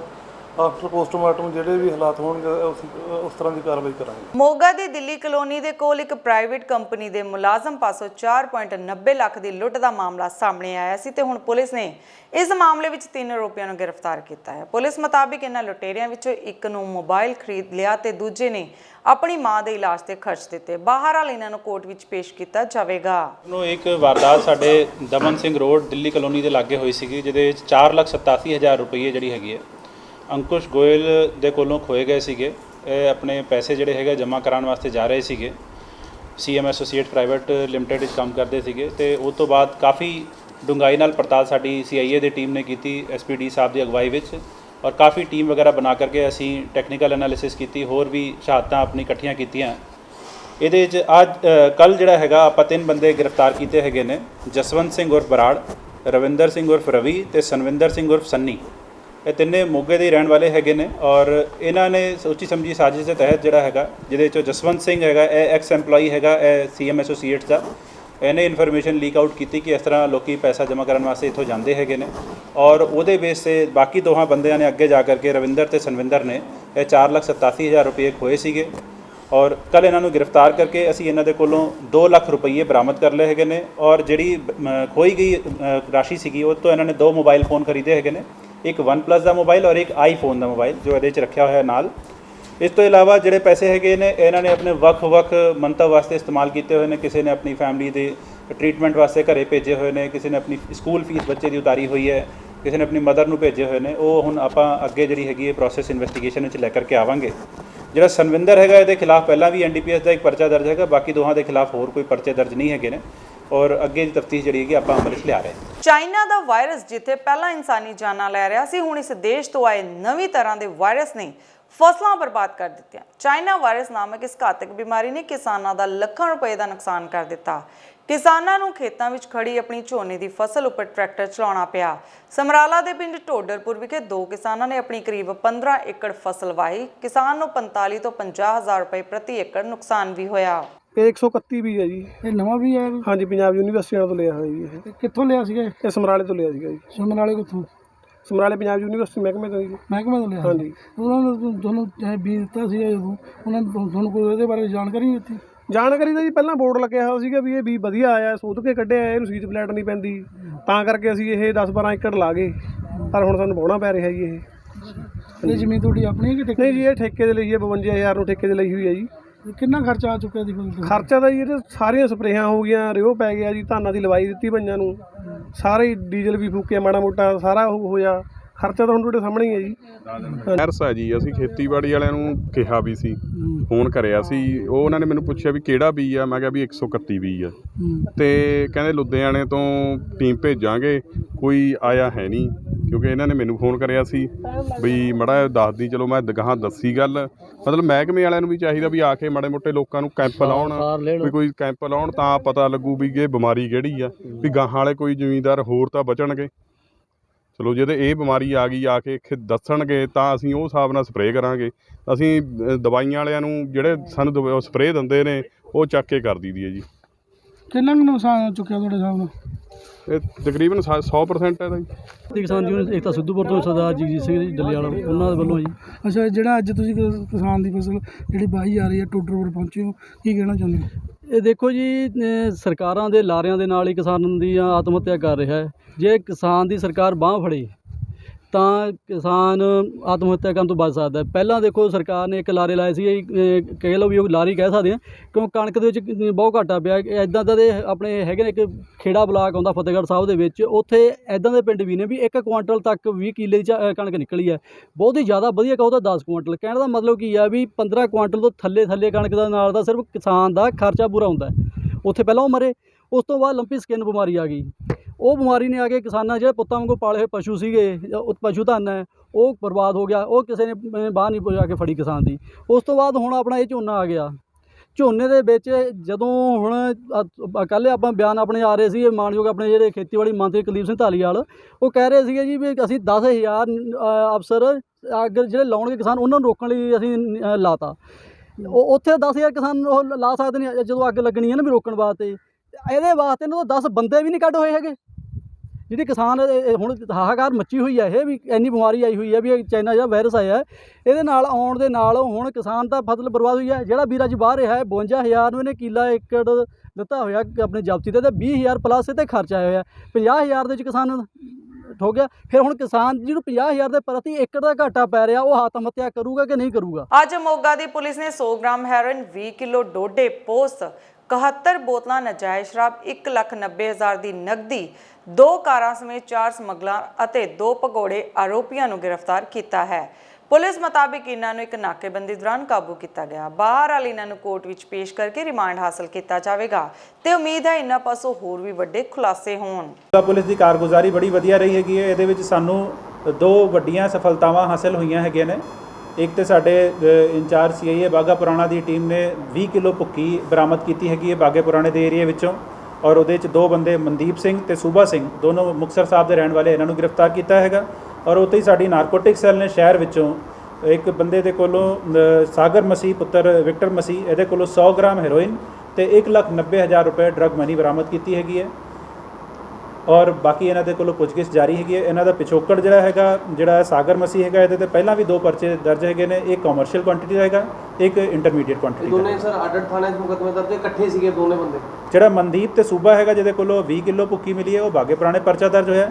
ਜਿਹੜਾ ਸਾਗਰ ਮਸੀਹ ਹੈਗਾ, ਇਹਦਾ ਸਿਟੀ ਥਾਣੇ 'ਚ ਪਰਚਾ ਦਰਜ ਹੋਇਆ। ਸਾਗਰ ਮਸੀਹ ਰਹਿੰਦਾ ਜਿੱਥੇ ਦੁਸਾਂਝ ਦਾ ਦੱਸਿਆ ਜਾ ਰਿਹਾ, ਇਹ ਰਹਿਣ ਵਾਲਾ ਜਿਹੜਾ ਹੈਗਾ ਇਹ ਦੁਸਾਂਝਾ ਕੱਚੇ ਦੁਸਾਂਝ ਦੇ ਵਿੱਚ ਰਹਿੰਦਾ ਹੈਗਾ। ਉਹਦਾ ਪਿੱਛੋਂ ਨਾਨਕ ਨਗਰੀ ਦਾ ਹੈਗਾ। ਜ਼ਿਲ੍ਹਾ ਫਿਰੋਜ਼ਪੁਰ ਦੇ ਹਲਕਾ ਜੀਰਾ ਦੇ ਥਾਣਾ ਮੱਖੂ ਦੇ ਪਿੰਡ ਡਿੱਬ ਵਾਲੇ ਦੇ ਇੱਕ NRI ਹਰਜੋਤ ਸਿੰਘ ਦੀ ਵਿਧਵਾ ਮਾਂ ਵੱਲੋਂ ਆਪਣੀ ਜ਼ਮੀਨ ਬਚਾਉਣ ਲਈ ਦਰ ਦੀਆਂ ਠੋਕਰਾਂ ਖਾ ਰਹੀ ਹੈ। ਅੱਜ ਪ੍ਰੈਸ ਕਲੱਬ ਫਿਰੋਜ਼ਪੁਰ ਵਿੱਚ ਵਿਧਵਾ ਮਨਜੀਤ ਕੌਰ ਨੇ ਪ੍ਰੈਸ ਕਾਨਫਰੰਸ ਕੀਤੀ, ਜਿੱਥੇ ਉਹਨਾਂ ਦੱਸਿਆ ਕਿ ਉਸ ਦਾ ਬੇਟਾ ਹਰਜੋਤ ਸਿੰਘ ਪਿਛਲੇ 6 ਸਾਲਾਂ ਤੋਂ ਵਿਦੇਸ਼ ਵਿੱਚ ਰਹਿ ਰਿਹਾ ਤੇ ਉਹ ਪਿੰਡ ਵਿੱਚ ਆਪਣੀ ਬਜ਼ੁਰਗ ਸੱਸ ਨਾਲ ਰਹਿੰਦੀ ਹੈ ਤੇ ਪਿੰਡ ਦੇ ਕੁਝ ਵਿਅਕਤੀਆਂ ਨੇ ਉਸ ਦੀ ਜ਼ਮੀਨ ਤੇ ਕਬਜ਼ਾ ਕਰਕੇ ਜ਼ਮੀਨ ਨੂੰ ਵਾਹ ਦਿੱਤਾ ਤੇ ਇਸ ਲਈ ਥਾਣਾ ਮੁਖੀ ਵਿੱਚ ਪਰਚਾ ਵੀ ਦਰਜ ਹੈ, ਪਰ ਪੁਲਿਸ ਨੇ ਦੋਸ਼ੀਆਂ ਖਿਲਾਫ ਕੋਈ ਵੀ ਕਾਰਵਾਈ ਨਹੀਂ ਕੀਤੀ। ਦੂਜੇ ਪਾਸੇ ਵਿਧਾਇਕ ਨਰੇਸ਼ ਕਟਾਰੀਆ ਨੇ ਕਿਹਾ ਹੈ ਕਿ ਉਸ ਤੇ ਉਸਦੇ ਬੇਟੇ ਤੇ ਲੱਗੇ ਸਾਰੇ ਇਲਜ਼ਾਮ ਝੂਠੇ ਹਨ। ਨਾਮ ਮਨਜੀਤ ਕੌਰ ਹੈ ਜੀ। ਮੇਰੇ ਜ਼ਮੀਨ ਦਾ ਮਾਮਲਾ ਹੈ ਜੀ। ਹਾਂਜੀ, ਮੇਰੀ ਜ਼ਮੀਨ ਦਾ ਮਾਮਲਾ ਹੈ। ਮੇਰਾ ਬੇਟਾ ਇੱਕ ਬੇਟਾ ਹੈ, ਉਹ ਜੀ NRI ਹੈ ਕੈਨੇਡਾ ਦੇ ਵਿੱਚ। ਮੈਂ ਇੱਥੇ ਇਕੱਲੀ ਰਹਿ ਰਹੀ ਜੀ। ਮੇਰੀ ਜ਼ਮੀਨ ਹੈ ਮੇਰੇ ਕੋਲ ਸੀ ਜੀ, ਮੈਂ ਆਪ ਵਾਹ ਰਹੀ ਸੀ।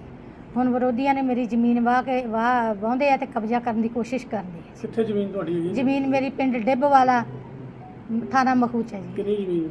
9 ਕਨਾਲਾ 15 ਮਰਲੇ ਹੈ ਜੀ।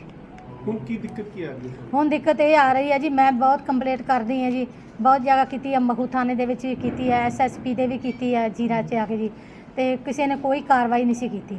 ਤੇ 24/8/22 ਨੂੰ ਫਿਰ ਉਹਨਾਂ ਨੇ ਪਰਚਾ ਦਰਜ ਕੀਤਾ।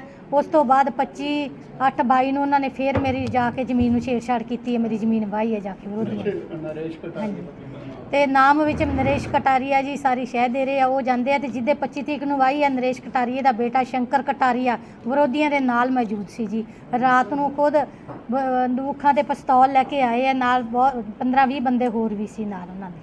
ਤੁਹਾਡੇ ਬੇਟੇ ਨੇ ਵੀ ਬਾਬੂ ਕੰਪਲੀਟਸ ਕੀਤੀ? ਹਾਂਜੀ ਮੇਰੇ ਬੇਟੇ ਨੇ ਵੀ ਉੱਥੇ NRI ਆਫਿਸ ਵੀ ਕੀਤੀ ਹੈ ਜੀ, CM ਹਾਊਸ ਉੱਥੇ ਵੀ ਕੀਤੀ ਹੈ ਜੀ, ਬਹੁਤ ਸਾਰੀਆਂ ਕੰਪਲੀਟ 3-4 ਜਗ੍ਹਾ ਤੇ SSP ਆਫਿਸ ਵੀ ਕੀਤੀ ਹੈ ਜੀ, SHO ਜੀਰਾ ਉੱਥੇ DSP ਜੀਰਾ ਸਾਰੀ ਜਗ੍ਹਾ ਤੇ ਕੰਪਲੀਟ ਹੋਈ ਹੈ, ਉੱਥੇ ਬਾਹਰ ਬੈਠੇ ਨੇ ਜੀ, ਕੋਈ ਕਿਤੇ ਵੀ ਕੋਈ ਸੁਣਵਾਈ ਨਹੀਂ ਹੋ ਰਹੀ, ਗਾਏ ਗਾ ਅੱਗੇ ਅੱਗੇ ਤੋਰ ਰਹੇ ਆ ਬਸ ਜੀ, ਉੱਥੇ ਉੱਥੇ ਬਸ ਇਸ ਤਰ੍ਹਾਂ ਕਰਕੇ। ਮੇਰਾ ਨਾਮ ਹਰਮੰਦਰ ਸਿੰਘ ਹੈ ਜੀ, ਇਹ ਸਾਡੇ ਭੈਣ ਜੀ ਹੈ ਮਨਜੀਤ ਕੌਰ, ਪਿੰਡ ਡੇਬਾਲੀ ਤੋਂ।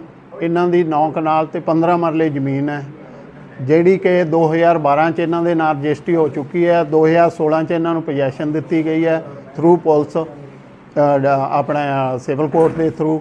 ਉਸ ਤੋਂ ਬਾਅਦ ਕੀ ਹੈ, ਉਹ ਵਾਰ-ਵਾਰ ਜਿਨ੍ਹਾਂ ਤੋਂ ਜ਼ਮੀਨ ਲਈ ਆ ਉਹਨਾਂ ਦੇ ਚਾਚੇ ਤਾਏ ਮਿਲ ਕੇ ਵਾਰ-ਵਾਰ ਜ਼ਮੀਨ ਨਾਲ ਛੇੜਛਾੜ ਕਰਦੇ ਆ। 2 ਵਾਰ ਉਦੋਂ ਕੀਤੀ 2016 'ਚ, ਦੈਨ 2 FIR ਹੋਈਆਂ, ਹੁਣ 4-5 ਦੀ ਰਾਤ ਨੂੰ ਉਹਨਾਂ ਨੇ ਫਿਰ ਛੇੜਛਾੜ ਕੀਤੀ। ਉਹਦੀ ਅਸੀਂ ਰਿਪੋਰਟ ਦਰਜ 6 ਨੂੰ ਰਿਪੋਰਟ ਦਿੱਤੀ ਉੱਥੇ, ਦੈਨ ਪੁਲਿਸ ਨੇ ਕੋਈ ਕਾਰਵਾਈ ਨਹੀਂ ਕੀਤੀ ਗਈ। 17 ਨੂੰ ਅਸੀਂ ਇੱਥੇ ਕਾਨਫਰੰਸ ਕੀਤੀ, ਦੈਨ ਉਦੋਂ ਬਾਅਦ ਥੋੜ੍ਹੀ ਮੂਵਮੈਂਟ ਸ਼ੁਰੂ ਹੋਈ ਤਾਂ 24 ਨੂੰ ਉਹਨਾਂ ਨੇ FIR ਦਰਜ ਕੀਤੀ। 24 ਨੂੰ FIR ਦਰਜ ਕਰਨ ਤੋਂ ਬਾਅਦ 25 ਤਰੀਕ ਨੂੰ ਫਿਰ ਦੁਬਾਰਾ ਉਹਨਾਂ ਨੇ ਨਰੇਸ਼ ਕਟਾਰੀਆ ਦਾ ਬੇਟਾ ਸੀਗਾ ਨਾਲ PA ਵਗੈਰਾ 15-16 ਬੰਦੇ ਹੋਰ ਸੀ, ਰਾਤ ਦੇ ਹਨੇਰੇ 'ਚ ਫਿਰ ਉਹਨਾਂ ਨੇ ਜ਼ਮੀਨ ਵਾਹੁਣ ਦੀ ਕੋਸ਼ਿਸ਼ ਕੀਤੀ। ਉਸ ਤੋਂ ਬਾਅਦ 26 ਤਰੀਕ ਨੂੰ ਅਸੀਂ SSP ਸਾਹਿਬ ਨੂੰ, ਮੈਂ ਖੁਦ ਗਿਆ ਨਾਲ, ਭੈਣ ਜੀ ਸੀ, ਅਸੀਂ ਮਿਲੇ ਸੀ। SSP ਸਾਹਿਬ ਨੇ ਕਿਹਾ ਵੀ 3 ਦਿਨਾਂ 'ਚ ਮੈਂ ਕਾਰਵਾਈ ਕਰਵਾ ਦੂੰਗਾ, ਭਰੋਸਾ ਦਿੱਤਾ, ਪਰ ਉਸ ਤੋਂ ਬਾਅਦ ਕੁਝ ਨਹੀਂ ਹੋਇਆਗਾ। ਜੀ ਪਿੰਡ ਡੇਬੂ ਵਾਲੇ ਦਾ ਹੈਗਾ ਜੀ, ਇਹਨਾਂ ਦੀ ਪ੍ਰਾਪਰਟੀ ਹੈ ਜੀ, ਕਟਾਰੀਆ ਸਾਹਿਬ ਹੈ, MLA ਕਟਾਰੀਆ ਆਮ ਆਦਮੀ ਪਾਰਟੀ ਤੋਂ। ਉਹ ਇਹਨਾਂ ਦੇ ਕੋਈ ਗੂੰਜ ਹੈਗੇ ਆ, ਇਹ ਰਲ ਕੇ ਉੱਤੇ ਕਬਜ਼ਾ ਕਰਦੇ ਆ ਜੀ। ਇਹ ਕਬਜ਼ਾ ਕਰਨ ਦੀ ਕੋਸ਼ਿਸ਼ ਕਰਦੇ ਹੈਗੇ ਆ ਵੀ ਤੀਸਰੇ ਦਿਨ ਚੌਥੇ ਦਿਨ ਛੇੜਛਾੜ ਕਰਦੇ ਹੈਗੇ ਆ। ਦੋ ਵਾਰ ਇਹਨਾਂ ਨੇ ਸਾਡੇ ਨਾਲ ਛੇੜਛਾੜ ਕਰੀ ਹੈ, ਪਰ ਪੁਲਿਸ ਇਹ 'ਤੇ ਕੋਈ ਕਾਰਵਾਈ ਨਹੀਂ ਕਰ ਰਹੀ ਜੀ। ਇਹ 'ਤੇ ਬਣਦੀ ਕਾਰਵਾਈ ਕਰਨੀ ਮੰਗਦੇ ਜੀ ਇਸ ਤਰ੍ਹਾਂ ਬਸ। ਜੋ ਲਗਭਗ 2 ਮਹੀਨੇ ਪਹਿਲਾਂ NRI ਪਰਿਵਾਰ ਨੇ ਮੇਰੇ ਤੇ ਅਤੇ MLA ਸਾਹਿਬ ਤੇ ਜੋ ਇਲਜ਼ਾਮ ਲਗਾਏ ਸੀ, ਉਹ ਬਿਲਕੁਲ ਝੂਠੇ ਇਲਜ਼ਾਮ ਹੈ। ਉਸ ਵਿੱਚ ਪੁਲਿਸ ਪ੍ਰਸ਼ਾਸਨ ਨੇ ਆਦਿ ਜੋ ਕਾਰਵਾਈ ਸੀ ਉਹ ਕੀਤੀ ਹੈ। ਅੱਜ ਵੀ ਇਹਨਾਂ ਨੇ ਇੱਕ ਪ੍ਰੈਸ ਕਾਨਫਰੰਸ ਰਾਹੀਂ ਸਾਡੇ ਤੇ ਇਲਜ਼ਾਮ ਲਗਾਏ ਆ ਕਿ ਪੁਲਿਸ ਉੱਤੇ ਅਸੀਂ ਦਬਾਅ ਬਣਾ ਰਹੇ ਹਾਂ ਕਿ ਜਿਹੜੇ ਉਹ ਲੋਕ ਅਰੈਸਟ ਨਹੀਂ ਹੋ ਰਹੇ। ਮੈਂ ਇਸ ਗੱਲ ਦਾ ਤੁਹਾਨੂੰ ਦੱਸਣਾ ਚਾਹੁੰਦਾ ਕਿ ਇਸ ਵਿੱਚ ਸਾਡਾ ਕੋਈ ਲੈਣ ਦੇਣ ਨਹੀਂ ਹੈ, ਕੋਈ ਪਰਿਵਾਰ ਨਾਲ ਲੈਣ ਦੇਣ ਨਹੀਂ ਹੈ, ਨਾ ਕਿ ਮੈਂ ਇਹਨਾਂ ਪਰਿਵਾਰ ਨੂੰ ਜਾਣਦਾ ਮੈਂ, ਕਿਉਂਕਿ ਅਸੀਂ ਸਰਕਾਰ ਦੇ ਨੁਮਾਇੰਦੇ ਹਾਂ। ਇਸ ਕਰਕੇ ਇਹ ਸਾਡੇ ਤੇ ਝੂਠੇ ਇਲਜ਼ਾਮ ਲਗਾਏ ਜਾ ਰਹੇ ਆ। ਮੈਂ ਅਪੀਲ ਕਰਦਾ ਪੁਲਿਸ ਪ੍ਰਸ਼ਾਸਨ ਨੂੰ ਕਿ ਤੁਸੀਂ ਕਿਸੇ ਵੀ ਦਬਾਅ ਦੇ ਵਿੱਚ ਨਹੀਂ ਆਉਣਾ ਤੇ ਆਪਦੀ ਜੋ ਕਾਰਵਾਈ ਹੈ ਉਹ ਲੋਕਾਂ ਦੇ ਅੱਗੇ, ਜੋ ਸੱਚਾਈ ਹੈ ਉਹ ਲੋਕਾਂ ਦੇ ਅੱਗੇ ਲੈ ਕੇ ਆਣੀ ਹੈ। ਉਹ ਇੱਕ ਸਾਫ਼ ਜੀ ਗੱਲ ਹੈਗੀ ਕਿ ਕਿਸੇ ਵੀ ਵਿਅਕਤੀ ਨੂੰ ਸਟੇਟਸ ਕੋ ਨੂੰ ਹਟਾਉਣ ਦੀ ਇਜਾਜ਼ਤ ਨਹੀਂ ਦਿੱਤੀ ਜਾਏਗੀ, ਚਾਹੇ ਉਹ ਜੋ ਕੋਈ ਵੀ ਹੋਵੇ।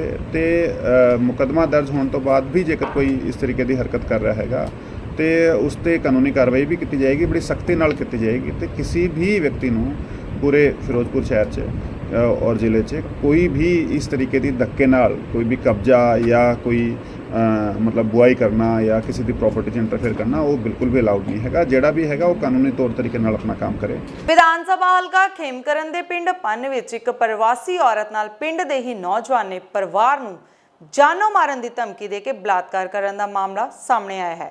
ਪੀੜਿਤ ਔਰਤ ਨੇ ਕਿਹਾ ਹੈ ਕਿ ਨੌਜਵਾਨ ਚਰਨਜੀਤ ਸਿੰਘ ਮੈਨੂੰ ਇਕੱਲੀ ਦੇਖ ਕੇ ਘਰ ਵਿੱਚ ਦਾਖਲ ਹੋਇਆ ਸੀ ਤੇ ਬਲਾਤਕਾਰ ਕਰਦੇ ਦੀ ਵੀਡੀਓ ਵੀ ਬਣਾ ਲਈ। ਉਸ ਤੋਂ ਬਾਅਦ ਜਦੋਂ ਸਾਰੀ ਗੱਲਬਾਤ ਉਸਨੇ ਆਪਣੇ ਘਰ ਵਾਲੇ ਨੂੰ ਦੱਸੀ, ਤਦ ਜਾ ਕੇ ਮਾਮਲਾ ਪੁਲਿਸ ਦੇ ਧਿਆਨ ਵਿੱਚ ਆਇਆ। ਪੁਲਿਸ ਮੁਤਾਬਿਕ ਦੋਸ਼ੀ ਚਰਨਜੀਤ ਹਾਲੇ ਘਰ ਤੋਂ ਫਰਾਰ ਹੈ ਤੇ ਜਲਦੀ ਹੀ ਉਸ ਨੂੰ ਗ੍ਰਿਫਤਾਰ ਕਰ ਲਿਆ ਜਾਵੇਗਾ। ਮੁੰਡਾ ਹੈਗਾ ਸੀ ਆਪਣੇ ਖੇਤ ਲਾਗੇ। ਕੀ ਨਾਮ ਦਾ? ਉਹਦਾ ਨਾਮ ਸੰਨਾ ਹੀ ਆਖ ਦਿੰਦਾ। ਚਰਨਜੀਤ ਚੰਨਾ? ਹਾਂ। ਅੱਛਾ ਜੀ। ਉਹ ਜਦੋਂ ਮੈਂ ਕਿਤੇ ਜਾਂਦੀ ਹੁੰਦੀ ਉਹ ਮੇਰੇ ਪਿੱਛੇ ਵਰਾ ਕਰਦਾ। ਅੱਛਾ। ਜਦੋਂ ਮੈਂ ਕਦੇ ਖੇਤ ਨੂੰ ਵੀ ਜਾਂਦੀ ਉਹਦੇ ਵੀ ਪਿੱਛਾ ਕਰਦਾ। ਅੱਛਾ। ਕਿੰਨਾ ਚਿਰ ਹੋ ਗਿਆ? ਅਜੇ ਹੋ ਗਏ 6-7 ਮਹੀਨੇ। ਅੱਛਾ। ਤੇ ਉਹ ਕਿਤਨਾ ਜਾਣਦਾ ਤੁਹਾਨੂੰ? ਉਹ ਲਾਗੇ ਪਹਿਲੇ ਪੁਲੀ ਹੈਗਾ ਤਾਂ ਕਰਕੇ ਮਾੜਾ ਜਿਹਾ ਉਤਰ ਜਾਂਦੇ ਨੇ, ਇਤਰੇ ਜਾਂਦੇ ਲਾਗੇ ਪਹਿਲੇ ਹੈਗਾ ਕਰਕੇ। ਨਾਲ ਨਿਆਣੀ ਸਕੂਲੇ ਜਾਂਦਾ, ਜਦੋਂ ਘਰ ਵਾਲੇ ਖੇਤ ਨੂੰ ਜਾਂਦਾ, ਫਿਰ ਗਵਾਂਢੀ ਲਾਗੇ ਹੈਗਾ, ਉਹਨਾਂ ਦੇ ਨਾਮ ਰਾਜਵੀਰ ਨੇ। ਕਿੰਨੇ ਬੱਚੇ ਕਿੰਨੇ ਤੁਹਾਡੇ? ਬੱਚੇ 2 ਆ। ਜੀਤ ਸਿੰਘ ਤੇ ਜਿਹੜਾ ਸੀ ਨਾ ਜੀ, ਇਹ ਜਦੋਂ ਮੈਂ ਖੇਤ ਨੂੰ ਚਲੇ ਜਾਂਦਾ ਹਾਂ ਤੇ ਜਿਹੜਾ ਲਾਗੇ ਰਾਜਵੀਰ ਸਿੰਘ ਆ ਤੇ ਬਲੌਰ ਸਿੰਘ ਆ ਕਿ ਇਹਨੂੰ ਸੂਚਨਾ ਦਿੰਦੇ ਸੀ ਕਿ ਉਹ ਖੇਤੋਂ ਚਲੇ ਗਿਆ ਹੈ ਤੇ ਇਹ ਮੁੜ ਕੇ ਮਗਰੋਂ ਧੱਕੇਸ਼ਾਹੀ ਕਰਦਾ ਸੀ, ਇਹਦੇ ਨਾਲ ਬਲਾਤਕਾਰ ਵੀ ਕਰਦਾ ਸੀ ਤੇ ਇਹਨਾਂ ਉਹਨੇ 5-4 ਵਾਰੀ ਕੀਤਾ ਹੈ ਤੇ ਅੱਗੇ ਵੀ ਭੱਜ ਆਇਆ ਹੈ ਤੇ ਨਹੀਂ ਰਾਤ ਪਤਾ ਲੱਗਾ ਤੇ ਇਸ ਕਰਕੇ ਹੁਣ ਪਤਾ ਲੱਗ ਗਿਆ ਹੈ ਤੇ ਪੁਲਿਸ ਨੂੰ ਅਸੀਂ ਸੂਚਨਾ ਦਿੱਤੀ ਆ ਤੇ ਪੁਲਿਸ ਨੇ ਕੋਈ ਸੁਣਵਾਈ ਨਹੀਂ ਕੀਤੀ ਤੇ ਸਾਡੀ ਹੱਕ ਰਸੀ ਉਹਨਾਂ ਚਿਰ ਨਹੀਂ ਹੁੰਦੀ ਕਿ ਜਿੰਨਾ ਚਿਰ ਇਹਦੇ ਉੱਤੇ ਬਲਾਤਕਾਰ ਦਾ ਕੇਸ ਨਹੀਂ ਪੈਂਦਾ। ਪੰਜਾਬ ਦੇ ਕੈਬਨਿਟ ਮੰਤਰੀ ਬ੍ਰਹਮ ਸ਼ੰਕਰ ਚਿੰਪਾ ਦੇ ਕਰੀਬੀ ਸਾਥੀ ਅੱਜ ਕਾਰਪੋਰੇਟ ਬੈਂਕ ਦੇ ਚੇਅਰਮੈਨ ਐਲਾਨ ਦਿੱਤੇ ਗਏ ਹਨ। ਹਾਲਾਂਕਿ ਮੁਕਾਬਲਾ ਸਖਤ ਸੀ, ਫਿਰ ਵੀ ਉਹਨਾਂ ਨੇ ਆਪਣੀ ਜਿੱਤ ਨੂੰ ਦਰਜ ਕਰਵਾ ਦਿੱਤਾ। ਉਹਨਾਂ ਕਿਹਾ ਕਿ ਇਸ ਉਹਨਾਂ ਦੀ ਜਿੱਤ ਨਹੀਂ ਬਲਕਿ ਆਮ ਆਦਮੀ ਪਾਰਟੀ ਦੀ ਜਿੱਤ ਹੈ, ਜਿਹੜਾ ਸਾਰੇ ਡਾਇਰੈਕਟਰਾਂ ਨੇ ਉਹਨਾਂ ਤੇ ਭਰੋਸਾ ਕੀਤਾ। ਵਾਹਿਗੁਰੂ ਜੀ ਕਾ ਖਾਲਸਾ, ਵਾਹਿਗੁਰੂ ਜੀ ਕੀ ਫਤਿਹ। Board of directors the Hoshiarpur central cooperative bank limited ਦੇ ਚੋਣ 29 ਜਿਹੜਾ ਅਗਸਤ ਨੂੰ ਸੰਪੰਨ ਹੋਈ ਸੀਗੀ, ਜਿਹਦੇ ਵਿੱਚ 9 ਡਾਇਰੈਕਟਰ ਚੁਣੇ ਗਏ ਸੀਗੇ ਤੇ ਅੱਜ 9 ਦੇ 9 ਡਾਇਰੈਕਟਰਾਂ ਦੀ ਮੀਟਿੰਗ ਸੀਗੀ ਅਹੁਦੇਦਾਰ ਚੁਣਨ ਵਾਸਤੇ ਤੇ 9 ਦੇ 9 ਡਾਇਰੈਕਟਰ ਹਾਜ਼ਰ ਸਨ ਔਰ ਸਰਬਸੰਮਤੀ ਨਾਲ ਜਿਹੜਾ ਆ ਆਪਣਾ ਸ਼੍ਰੀ ਵਿਕਰਮ ਸ਼ਰਮਾ ਜੀ ਨੂੰ ਅਸੀਂ ਆਪਣਾ ਚੇਅਰਮੈਨ ਚੁਣ ਲਿਆ ਤੇ ਬਾਕੀ ਅਹੁਦੇਦਾਰਾਂ ਦੀ ਚੋਣ ਜਿਹੜੀ ਆ ਉਹਦਾ ਅਧਿਕਾਰ ਜਿਹੜਾ ਆ ਉਹ ਵਿਕਰਮ ਸ਼ਰਮਾ ਜੀ ਨੂੰ ਦੇ ਦਿੱਤਾ ਆ ਕਿ ਇਹ ਬਸ ਆਪਣੇ ਸਾਥੀਆਂ ਨਾਲ ਸਲਾਹ ਮਸ਼ਵਰਾ ਕਰਕੇ ਤੇ ਬਾਕੀ ਜਿਹੜੀਆਂ ਸਬ ਕਮੇਟੀਆਂ ਆ ਉਹਨਾਂ ਦਾ ਗਠਨ ਕਰ ਦੇਣਗੇ। ਆਪਣੀ ਗਾਇਕੀ ਦੇ ਨਾਲ ਸਾਰਿਆਂ ਦੇ ਦਿਲਾਂ ਤੇ ਰਾਜ ਕਰਨ ਵਾਲੇ ਮਰਹੂਮ ਸਿੱਧੂ ਮੂਸੇਵਾਲਾ ਨੂੰ ਚਾਹਣ ਵਾਲਿਆਂ ਦੀ ਕਮੀ ਨਹੀਂ ਹੈ। ਗੱਲ ਕਰਦੇ ਹਾਂ ਜਲੰਧਰ ਦੇ ਸੋਡਲ ਮੇਲੇ ਦੀ, ਜਿੱਥੇ ਉਸਦੇ ਫੈਨ ਆਪਣੇ ਹੱਥਾਂ ਵਿੱਚ ਸਿੱਧੂ ਮੂਸੇਵਾਲਾ ਦੀ ਤਸਵੀਰ ਨਾਲ ਨਜ਼ਰ ਆਏ। ਜ਼ਿਕਰਯੋਗ ਹੈ ਕਿ ਇਸ ਮੇਲੇ ਵਿੱਚ ਵੱਖ-ਵੱਖ ਚੀਜ਼ਾਂ ਦੇ ਸਟਾਲ ਲੱਗਦੇ ਹਨ ਤੇ ਇਸ ਵਾਰ ਮਹਿੰਦੀ ਵਾਲਿਆਂ ਨੇ ਸਿੱਧੂ ਮੂਸੇਵਾਲਾ ਦੀਆਂ ਤਸਵੀਰਾਂ ਦੇ ਸਟਾਲ ਲਗਾਏ ਸਨ ਤੇ ਲੋਕੀ ਆਪਣੇ ਸ਼ਰੀਰਾਂ ਤੇ ਤਸਵੀਰਾਂ ਦੇ ਨਾਮ ਲਿਖਵਾਉਂਦੇ ਹੋਏ ਨਜ਼ਰ ਆਏ। ਮੇਰਾ ਨਾਮ ਜੀ ਵਿਨੇ ਜੀ, ਅੱਜ ਮੇਲੇ ਦੇ ਵਿੱਚ ਤੁਸੀਂ ਪਹੁੰਚੇ ਹੋ, ਇਹ ਤਸਵੀਰ ਸਿੱਧੂ ਮੂਸੇਵਾਲੇ ਦੇ ਕਿਹੜੇ ਫੈਨ ਹੋ ਤੇ ਅੱਜ ਪਹਿਲਾਂ ਮੇਲੇ 'ਚ ਲੱਭਿਆ ਸਿੱਧੂ ਮੂਸੇ? ਸਰ ਮੈਂ ਤੇ ਮੇਲੇ 'ਚ ਦੇਖ ਰਿਹਾ ਸੀਗਾ ਕਿ ਮੈਨੂੰ ਕੋਈ ਆਪਣਾ ਲੱਭੇ ਛਾਪਾ ਲਾਉਣ ਵਾਲਾ ਜਾਂ ਮੈਨੂੰ ਕੋਈ ਪੱਕਾ ਬਣਾਉਣਾ ਲੱਭੇ ਤੇ ਸਰ ਮੈਂ ਉਸ ਚੀਜ਼ ਨੂੰ ਦੇਖ ਕੇ ਇੱਥੇ ਆਇਆ ਸੀਗਾ। ਇੱਕ ਮੈਨੂੰ ਲੱਭਾ, ਚਲੋ ਕੁਝ ਵੀ ਹੈ ਸਰ, ਭਾਵੇਂ ਇਹ ਮਹਿੰਦੀ ਹੈ ਪਰ ਸਰ ਸਾਡੇ ਦਿਲਾਂ 'ਚ ਜਿਹੜਾ ਹੈਗਾ ਨਾ ਉਹ ਪੱਕਾ ਛਪਿਆ ਹੈ ਸਿੱਧੂ ਮੂਸੇਵਾਲਾ। ਅਸੀਂ ਤੇ ਇਹੀ ਸਰ ਸੰਦੇਸ਼ ਦੇਣਾ ਚਾਹਾਂਗੇ ਕਿ ਮੇਰਾ ਜੋ ਭਰਾ ਸਿੱਧੂ ਮੂਸੇਵਾਲਾ ਫੈਨ ਜਿਹੜਾ ਸਾਡੇ ਦਿਲਾਂ 'ਚ ਅੱਜ ਵੀ ਵਸ ਰਿਹਾ ਸਰ, ਉਹ ਉਮਰ ਭਰ ਉਹ ਲੋਕਾਂ ਦੇ ਦਿਲਾਂ 'ਚ ਰਾਜ ਕਰੇ, ਅਮਰ ਰਵੇ sir. Firozpur CIA staff police ਨੂੰ ਵੱਡੀ ਸਫਲਤਾ ਮਿਲੀ। ਸੀਆਈਏ ਸਟਾਫ ਪੁਲਿਸ ਨੂੰ ਗਸ਼ਤ ਦੌਰਾਨ ਮੁਖਬਰ ਤੋਂ ਗੁਪਤ ਸੂਚਨਾ ਮਿਲਣ ਤੇ ਨਾਕੇਬੰਦੀ ਕਰਕੇ ਇੱਕ ਨਸ਼ਾ ਤਸਕਰ ਨੂੰ ਗ੍ਰਿਫਤਾਰ ਕਰਕੇ ਇੱਕ ਮੋਟਰਸਾਈਕਲ ਅਤੇ 800 ਗ੍ਰਾਮ ਹੈਰੋਇਨ ਅਤੇ 1 ਕਿਲੋ ਅਫੀਮ ਬਰਾਮਦ ਕੀਤੀ ਗਈ ਅਤੇ ਥਾਣਾ ਸਿਟੀ ਵਿੱਚ ਮੁਕੱਦਮਾ ਦਰਜ ਕੀਤਾ ਗਿਆ। ਇਹ ਜਾਣਕਾਰੀ ਐਸਐਸਪੀ ਫਿਰੋਜ਼ਪੁਰ ਸੁਰਿੰਦਰ ਲਾਂਬਾ ਨੇ ਪ੍ਰੈਸ ਕਾਨਫਰੰਸ ਦੌਰਾਨ ਦਿੱਤੀ। ਜਿਹੜੀ ਮੇਜਰ ਰਿਕਵਰੀ ਸਾਡੀ ਟੀਮ ਨੇ ਕੀਤੀ ਹੈਗੀ ਉਹ ਕੱਲ ਦੀ ਰਿਕਵਰੀ ਹੈਗੀ 800 ਗ੍ਰਾਮ ਹੈਰੋਇਨ ਪਲੱਸ 1 ਕਿਲੋ ਅਫੀਮ ਦੀ ਜੀ। ਸਰ ਇਹ ਜਿਹੜੀ ਹੈਰੋਇਨ ਤੇ ਅਫੀਮ ਬਰਾਮਦ ਹੋਈ ਹੈ ਕਿੱਥੋਂ ਹੋਈ ਹੈ ਸਰ, ਬਰਾਮਦ ਕਿੰਦੇ ਕੋਲੋਂ ਹੋਈ ਹੈ? ਆ ਜਿਹੜੀ ਹੈਰੋਇਨ ਤੇ ਅਫੀਮ ਬਰਾਮਦ ਕੀਤੀ ਗਈ ਕਿ ਅਰੁਣ ਨਾਮ ਦਾ ਲੜਕਾ ਹੈਗਾ ਜਿਹਦੇ ਤੋਂ ਬਰਾਮਦ ਕੀਤੀ ਗਈ ਤੇ ਫਿਰੋਜ਼ਪੁਰ ਸਿਟੀ ਵਿੱਚੋਂ ਜਿਹੜਾ ਹੈਗਾ ਉਹ ਬੱਟੀਆਂ ਵਾਲੀ ਬਸਤੀ ਦਾ ਰਹਿਣ ਵਾਲਾ ਹੈਗਾ ਤੇ ਇੱਥੇ ਹੀ ਫਿਰੋਜ਼ਪੁਰ ਸ਼ਹਿਰ ਵਿੱਚੋਂ ਉਸ ਤੋਂ ਬਰਾਮਦ ਕੀਤੀ ਗਈ ਹੈ। ਇੱਕ ਕੱਚੇ ਰਸਤੇ ਤੇ ਸਾਡਾ ਨਾਕਾ ਲਾ ਕੇ ਇਨਫੋਰਮੇਸ਼ਨ ਬੇਸ ਤੇ। ਸਰ ਕਿੰਨੀ ਦੇਰ ਤੋਂ ਕੰਮ ਕਰਦੇ ਹੋ? ਆ ਜਿਹੜੀ ਪ੍ਰੀਲਿਮਿਨਰੀ ਪੁੱਛਤਾਛ ਹੈਗੀ ਸਾਡੀ, ਇਹਦੇ ਤੋਂ ਪਹਿਲਾਂ ਵੀ ਇਸ ਤੋਂ ਪਹਿਲਾਂ ਵੀ 2 ਵਾਰ ਕੰਸਾਈਨਮੈਂਟ ਲਿਆ ਕੇ ਜਿਹੜਾ ਹੈਗਾ ਵੇਚ ਚੁੱਕਿਆ ਹੈਗਾ, ਬਟ ਡਿਟੇਲ ਪੜਤਾਲ ਕਰਨ ਤੋਂ ਪਤਾ ਲੱਗੇਗਾ ਕਿ ਕਿੰਨੇ ਦਿਨ ਇਹਨੂੰ ਹੋ ਗਏ। ਬਟ ਜਿਹੜੀ ਪ੍ਰੀਲਿਮਿਨਰੀ ਹੈਗੀ ਉਸ ਤੋਂ ਹੈਗਾ ਕਿ ਵੀ 2-3 ਮਹੀਨੇ ਤੋਂ ਕੰਮ ਕਰ ਰਿਹਾ ਹੈਗਾ। ਸਰ ਇਹਦੇ ਤੋਂ ਪਹਿਲੇ ਵੀ ਮੁਕੱਦਮਾ ਦਰਜ ਹੈਗਾ ਐਨਡੀਪੀਐਸ ਦਾ? ਇਸ ਤੋਂ ਪਹਿਲਾਂ ਐਨਡੀਪੀਐਸ ਦਾ ਮੁਕੱਦਮਾ ਦਰਜ ਹੈਗਾ ਬਟ ਡਿਟੇਲਸ ਅਸੀਂ ਕਢਾ ਰਹੇ ਹੈਗੇ ਇਹਦੇ ਬਾਰੇ। 2-3 ਮੁਕੱਦਮੇ ਇੱਥੇ ਦਰਜ ਹੈਗੇ। ਸ਼੍ਰੀ ਮੁਕਤਸਰ ਸਾਹਿਬ ਦੀ ਜ਼ਿਲ੍ਹਾ ਜੇਲ੍ਹ ਵਿੱਚ ਅੱਜ ਇੱਕ ਹਵਾਲਾਤੀ ਨੇ ਖੁਦਕੁਸ਼ੀ ਕਰ ਲਈ। ਪ੍ਰਾਪਤ ਜਾਣਕਾਰੀ ਅਨੁਸਾਰ ਸੁਰਿੰਦਰ ਸਿੰਘ ਵਾਸੀ ਪਿੰਡ ਮੈਣਾ ਤੇ ਲੰਬੀ ਥਾਣੇ 'ਚ ਨਸ਼ੇ ਦੇ ਸੰਬੰਧੀ ਮਾਮਲਾ ਦਰਜ ਸੀ। ਇਹ ਵਿਅਕਤੀ 18 ਜੁਲਾਈ ਨੂੰ ਜ਼ਿਲ੍ਹਾ ਜੇਲ੍ਹ ਵਿੱਚ ਆਇਆ ਸੀ। ਬੀਤੇ ਕੱਲ ਇਸਨੇ ਪਰਨੇ ਨੂੰ ਜੰਗਲੇ ਨਾਲ ਬੰਨ੍ਹ ਕੇ ਖੁਦਕੁਸ਼ੀ ਕਰ ਲਈ। ਇਸ ਨੂੰ ਨਾਲ ਦੇ ਨਾਲ ਸਰਕਾਰੀ ਹਸਪਤਾਲ ਵਿਖੇ ਵੀ ਲਿਆਂਦਾ ਗਿਆ, ਜਿੱਥੇ ਡਾਕਟਰਾਂ ਨੇ ਇਸ ਨੂੰ ਮ੍ਰਿਤਕ ਐਲਾਨ ਕਰ ਦਿੱਤਾ। ਕੀ ਕਹਿਣਾ ਚਾਹੋਗੇ? ਪਤੀ ਦੀ ਡੈਥ ਹੋਈ ਹੈ ਜੇਲ੍ਹ ਦੇ ਵਿੱਚ, ਕੀ ਮੈਨੂੰ ਕੁਝ ਨਹੀਂ ਚਾਹੀਦਾ, ਮੈਨੂੰ ਇਨਸਾਫ ਚਾਹੀਦਾ ਵੀ ਕੀ ਵਜ੍ਹਾ ਸੀ ਕਾਹਤੋਂ ਉਹਨਾਂ ਨੇ ਉਹ ਕੀਤਾ। ਕਿੰਨਾ ਟਾਈਮ ਹੋ ਗਿਆ ਜੇਲ੍ਹ ਦੇ ਵਿੱਚ ਸੀਗੇ? 2 ਮਹੀਨੇ ਹੋ ਗਏ। 16 ਤਰੀਕ ਨੂੰ। ਅੱਛਾ ਜੀ। ਕੋਈ ਮੌਤ ਦੇ ਕਾਰਨ ਦਾ ਕੋਈ ਪਤਾ ਲੱਗਿਆ? ਕੁਝ ਨਹੀਂ ਪਤਾ ਲੱਗਿਆ। ਕੋਈ ਮਾਨਸਿਕ ਪਰੇਸ਼ਾਨੀ ਸੀਗੇ ਇਹ ਜਾਂ ਕੁਝ ਵੀ ਨਹੀਂ ਸੀਗਾ। ਕੋਈ ਦਵਾਈ ਵਗੈਰਾ ਚੱਲਦੀ ਹੋਵੇ ਇਹਨਾਂ ਦੀ ਕੋਈ? ਅੱਜ 75 ਰਾਈਡਰਸ ਨੇ ਦਿੱਲੀ ਤੋਂ ਲੈ ਕੇ ਅੰਮ੍ਰਿਤਸਰ ਤੱਕ ਇੱਕ ਵਿਸ਼ੇਸ਼ ਰਾਈਡ ਕੱਢੀ ਤੇ ਇਹ ਰਾਈਡ ਅਟਾਰੀ ਬਾਗਾ ਬਾਰਡਰ ਰਵਾਨਾ ਹੋ ਗਈ। ਰਾਈਡਰਸ ਨੇ ਕਿਹਾ ਹੈ ਕਿ ਉਹ ਆਜ਼ਾਦੀ ਦਾ 75ਵਾਂ ਅੰਮ੍ਰਿਤ ਮਹਾਉਤਸਵ ਮਨਾ ਰਹੇ ਹਨ। ਇਸੇ ਕਰਕੇ ਉਹਨਾਂ ਨੇ ਰਾਈਡਰਸ ਦੀ ਗਿਣਤੀ ਵੀ 75 ਰੱਖੀ ਹੈ। ये हमारा हमारा एकता में अनेकता का प्रदर्शन है और हम जो हमारे जो मार्टियर्स है, जो अपनी जान गंवा के हम लोग को आज़ादी सेलिब्रेट करने का मौका दिए हैं, उन सबको हम नमन करने के लिए भारत की परिक्रमा कर रहे हैं। कहाँ से लेकर कहाँ तक जा रहे हैं? हम दिल्ली से सारे स्टेट को, सारे राज्यों को छूते हुए और वापस दिल्ली ही जाएंगे। नाम मोहनपुर से, मैं नासिक महाराष्ट्र से हूँ। हम सभी पूरे भारतवर्ष से, सभी जिलों से, सभी राज्यों से 75 राइडर्स आए हुए हैं, जो 75 दिनों में पूरे भारत का भ्रमण करेंगे और फिट इंडिया मूवमेंट का प्रमोट करेंगे। देखो, अपना भारतवासी अगर फिट रहा तो ही मजबूत भारत बन सकता है, और यही अपने प्राइम मिनिस्टर नरेंद्र मोदी जी का संदेश है। वही संदेश लेके सभी युवाओं में ऊर्जा जगाने के लिए हम पूरे भारत का भ्रमण करने वाले हैं, और इसका शुरुआत हमने दिल्ली से किया है, जिसका फ्लैग ऑफ हमारे गृह मंत्री अमित शाह जी ने किया है। ਅੱਜ ਬਠਿੰਡਾ ਦੀ ਸਰਹੰਦ ਕੈਨਾਲ ਨਹਿਰ ਵਿੱਚ ਗਣਪਤੀ ਵਿਸਰਜਨ ਦੌਰਾਨ 22 ਸਾਲਾ ਨੌਜਵਾਨ ਪਾਣੀ ਦੀ ਤੇਜ਼ ਬਹਾਅ ਦੇ ਕਾਰਨ ਡੁੱਬ ਗਿਆ, ਜਿਸ ਨੂੰ ਲੱਭਣ ਲਈ ਗੋਤਾਖੋਰ ਲਗਾਤਾਰ ਕੋਸ਼ਿਸ਼ਾਂ ਕਰ ਰਹੇ ਹਨ। ਦੂਜੇ ਪਾਸੇ ਪਰਿਵਾਰ ਦਾ ਰੋ ਰੋ ਕੇ ਬੁਰਾ ਹਾਲ ਹੈ। ਬਹਰਹਾਲ ਤਲਾਸ਼ ਜਾਰੀ ਹੈ। रेस्क्यू रात में शुरू हुआ था तकरीबन 9 बजे। 9 बजे से 12:30 बजे तक रात में चला। उसके बाद सिविल एडमिनिस्ट्रेशन द्वारा कॉल्ड ऑफ की आदेश मिला। फिर सुबह 6 बजे से हमने स्टार्ट किया है। हमारी यहाँ पे 2 सब टीमें लगी हुई हैं। यहाँ पे जो आप यहाँ जो अपने पीछे वाला इलाका है, यहाँ पे देख सकते हैं, यहाँ पे डेप्थ ज़्यादा, तो इसलिए हम यहाँ गोताखोर उतार रहे हैं। और हमारे जो 20 रेस्क्यूअर हैं वो आगे लाइन सर्च के, मतलब पूरे कैनल का सर्च करते हुए आगे निकल रहे हैं। कल मूर्ति विसर्जन के दौरान यहाँ पे बंदा ड्रोनिंग केस हुआ था। ਕੱਲ ਜਿਹੜਾ ਕਿ ਗਣੇਸ਼ ਵਿਸਰਜਨ ਦੇ ਦੌਰਾਨ ਇੱਕ ਬੱਚਾ ਜਿਹੜਾ ਕਿ ਉਰੇ ਝਾਲਾਂ ਤੇ ਡੁੱਬ ਗਿਆ ਸੀ, ਜਿਹਦੀ ਹਜੇ ਤੱਕ ਬੋਡੀ ਨਹੀਂ ਮਿਲੀ ਹੈ।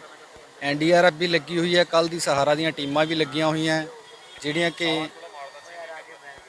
ਨਹੀਂ ਜਿਹੜਾ ਕੱਲ ਜਿਹੜੇ ਦੇ ਵਾਰਸ ਕਹਿ ਰਹੇ ਉਹ ਤਾਂ ਕਹਿ ਰਹੇ ਮੂਰਤੀ ਵਿਸਰਜਨ ਕਰਨ ਲੱਗੇ ਪੈਰ ਤਿਲਕ ਗਿਆ ਸੀ।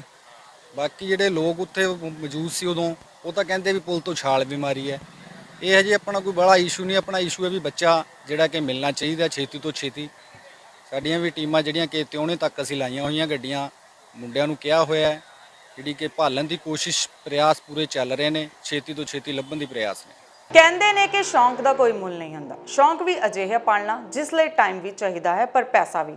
ਪਰੰਤੂ ਸੀਨੇ ਖਿੱਚ ਜਿਨ੍ਹਾਂ ਨੇ ਖਾਧੀ ਉਹ ਕਰ ਆਰਾਮ ਨਹੀਂ ਬਹਿੰਦੇ।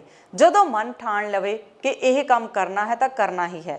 ਇਹ ਗੱਲ ਸੱਚ ਕਰ ਵਿਖਾਈ ਹੈ ਸਰਹੰਦ ਨਿਵਾਸੀ ਹਰਪਾਲ ਸਿੰਘ ਸੋਢੀ ਨੇ। ਬਚਪਨ ਵਿੱਚ ਸਨ 1986 ਵਿੱਚ ਉਸ ਨੂੰ ਸੰਗੀਤ ਸੁਣਨ ਦਾ ਇੱਕ ਸ਼ੌਂਕ ਪਿਆ ਅਤੇ ਹੌਲੀ-ਹੌਲੀ ਸੰਗੀਤ ਇਕੱਠਾ ਕਰਨ ਦਾ ਵੀ ਸ਼ੌਂਕ ਪੈ ਗਿਆ। ਸੋਢੀ ਨੇ ਆਪਣੇ ਘਰ ਵਿੱਚ ਆਪਣੇ ਬੇਟੇ ਦੇ ਨਾਮ ਤੇ ਹਰਵੀਰ ਮਿਊਜ਼ੀਕਲ ਲਾਇਬ੍ਰੇਰੀ ਦਾ ਨਿਰਮਾਣ ਵੀ ਕੀਤਾ, ਜਿਸ ਵਿੱਚ ਪੰਜਾਬੀ ਅਤੇ ਹਿੰਦੀ ਸਿਨੇਮਾ ਦਾ ਪੂਰਨ ਇਤਿਹਾਸ ਅਤੇ 1904 ਤੋਂ ਲੈ ਕੇ ਸਤੰਬਰ 2022 ਤੱਕ ਰਿਲੀਜ਼ ਫਿਲਮਾਂ, ਐਲਬਮਾਂ, ਹਰ ਕਲਾਕਾਰਾਂ, ਗਾਇਕਾਂ ਅਤੇ ਸੰਗੀਤਕਾਰਾਂ ਦੇ ਪੂਰੇ ਗੀਤ ਡਿਜੀਟਲ ਦੇ ਰੂਪ ਵਿੱਚ ਕੰਪਿਊਟਰ ਵਿੱਚ ਇਕੱਠੇ ਕੀਤੇ ਹੋਏ ਹਨ ਅਤੇ 2300 ਦੇ ਕਰੀਬ ਪੁਰਾਣੇ ਤਵੇ, ਰਿਕਾਰਡ, 8000 ਕੈਸਟਾਂ, CD, DVD ਵਿੱਚ ਫਿਲਮਾਂ ਆਦਿ ਸਮਾਨ ਇਕੱਠਾ ਕੀਤਾ ਹੋਇਆ ਹੈ। ਸੋਢੀ ਦੇ ਇੰਡੀਆ ਬੁੱਕ ਆਫ ਰਿਕਾਰਡਸ ਦੇ ਵਿੱਚ 2 ਰਿਕਾਰਡ ਦਰਜ ਹੋਏ ਹਨ। ਇਹਦਾ ਇਹ ਹੈ ਕਿ ਜਿਹੜੀ ਮੈਂ 1986 ਤੋਂ ਪੁਰਾਣਾ ਹਿੰਦੀ ਤੇ ਪੰਜਾਬੀ ਫਿਲਮਾਂ ਦੇ ਗਾਣੇ ਇਕੱਠੇ ਕਰਦਾ ਆ ਰਿਹਾ, ਪੁਰਾਣੇ ਰਿਕਾਰਡ, ਕੈਸਟਾਂ, ਤੇ ਹੁਣ ਸਾਰਾ ਗਾਣਾ ਡਿਜੀਟਲ ਹੈ, ਸਾਰਾ ਕੰਪਿਊਟਰ ਦੇ ਵਿੱਚ ਫੀਡ ਹੈ। ਤੇ ਮੈਂ 1932 ਤੋਂ ਲੈ ਕੇ ਸਤੰਬਰ 2022 ਤੱਕ 11235 ਫਿਲਮਾਂ ਦੇ 74629 ਗਾਣਿਆਂ ਦਾ ਸੰਗ੍ਰਹਿ ਕੀਤਾ ਹੈ ਭਾਰਤੀ ਸਿਨੇਮਾ ਦੀਆਂ। ਤੇ ਇਹ ਮੈਂ ਦਾਅਵਾ ਪੇਸ਼ ਕੀਤਾ ਸੀ ਜਿਹੜਾ ਮੇਰਾ ਇਹ record India book of record ਦੇ ਵਿੱਚ ਦਰਜ ਹੋਇਆ। ਜਿਹੜਾ ਦੂਸਰਾ ਰਿਕਾਰਡ ਮੇਰਾ ਬਣਿਆ, ਜਿਹੜੇ ਸਾਡੇ ਹੁਣੇ ਰੀਸੈਂਟਲੀ ਜਿਹੜੇ ਇੰਟਰਨੈਸ਼ਨਲ ਗਾਇਕ ਸੀ, ਜਿਹਨੇ ਉਹਨਾਂ ਨੂੰ ਹੁਣੇ ਪਿੱਛੇ ਜੇ ਕਤਲ ਹੋ ਗਿਆ ਸੀ, ਸਵਰਗਵਾਸੀ ਸਿੱਧੂ ਮੂਸੇਵਾਲਾ ਜੀ, ਇਹਨਾਂ ਦੇ 268 ਗਾਣੇ ਮੇਰੀ ਮਿਊਜ਼ਿਕ ਲਾਇਬ੍ਰੇਰੀ ਦੇ ਵਿੱਚ ਪਏ ਹਨ। ਇਹ ਰਿਕਾਰਡ ਮੇਰਾ ਇੰਡੀਆ ਬੁੱਕ ਆਫ ਰਿਕਾਰਡ ਦੇ ਵਿੱਚ ਦਰਜ ਹੋਇਆ, ਜਾਣੀ ਕਿ ਇੱਕ ਦਿਨ 'ਚ ਹੀ ਮੈਂ 2 ਰਿਕਾਰਡ ਆਪਣੇ ਨਾਮ ਹੇਠ ਦਰਜ ਕਰਵਾਏ। ਕਿੰਨੇ ਸਮੇਂ ਤੋਂ ਲਾਇਬ੍ਰੇਰੀ ਹੋ ਗਿਆ ਚੱਲਦੀ ਨੂੰ? ਇਹ 1986 ਤੋਂ ਸੰਗੀਤ ਇਕੱਠਾ ਕਰਦਾ ਆ ਰਿਹਾ ਤੇ ਮੈਨੂੰ 30 ਸਾਲ ਹੋ ਗਏ ਲਗਭਗ ਪੁਰਾਣੀਆਂ ਫਿਲਮਾਂ ਦੇ ਰਿਕਾਰਡ, ਕੈਸਟਾਂ, DVD, CDs ਸਾਰਾ ਕੁਝ ਇਕੱਠਾ ਕਰਦਾ। ਦੋਸਤੋ, ਇਹ ਸਨ ਸਾਡੀਆਂ ਅੱਜ ਦੀਆਂ ਖਾਸ ਖਬਰਾਂ। ਨਵੀਆਂ ਤੇ ਤਾਜ਼ਾ ਖਬਰਾਂ ਦੇ ਨਾਲ ਤੁਹਾਡੇ ਸਾਹਮਣੇ ਫਿਰ ਤੋਂ ਰੂਬਰੂ ਹੋਵਾਂਗੇ। ਤਦ ਤੱਕ ਲਈ ਮੈਨੂੰ ਯਾਨੀ ਕਿ ਤੇਜਿੰਦਰ ਕੌਰ ਨੂੰ ਦਿਓ ਇਜਾਜ਼ਤ। ਰੱਬ ਰਾਖਾ।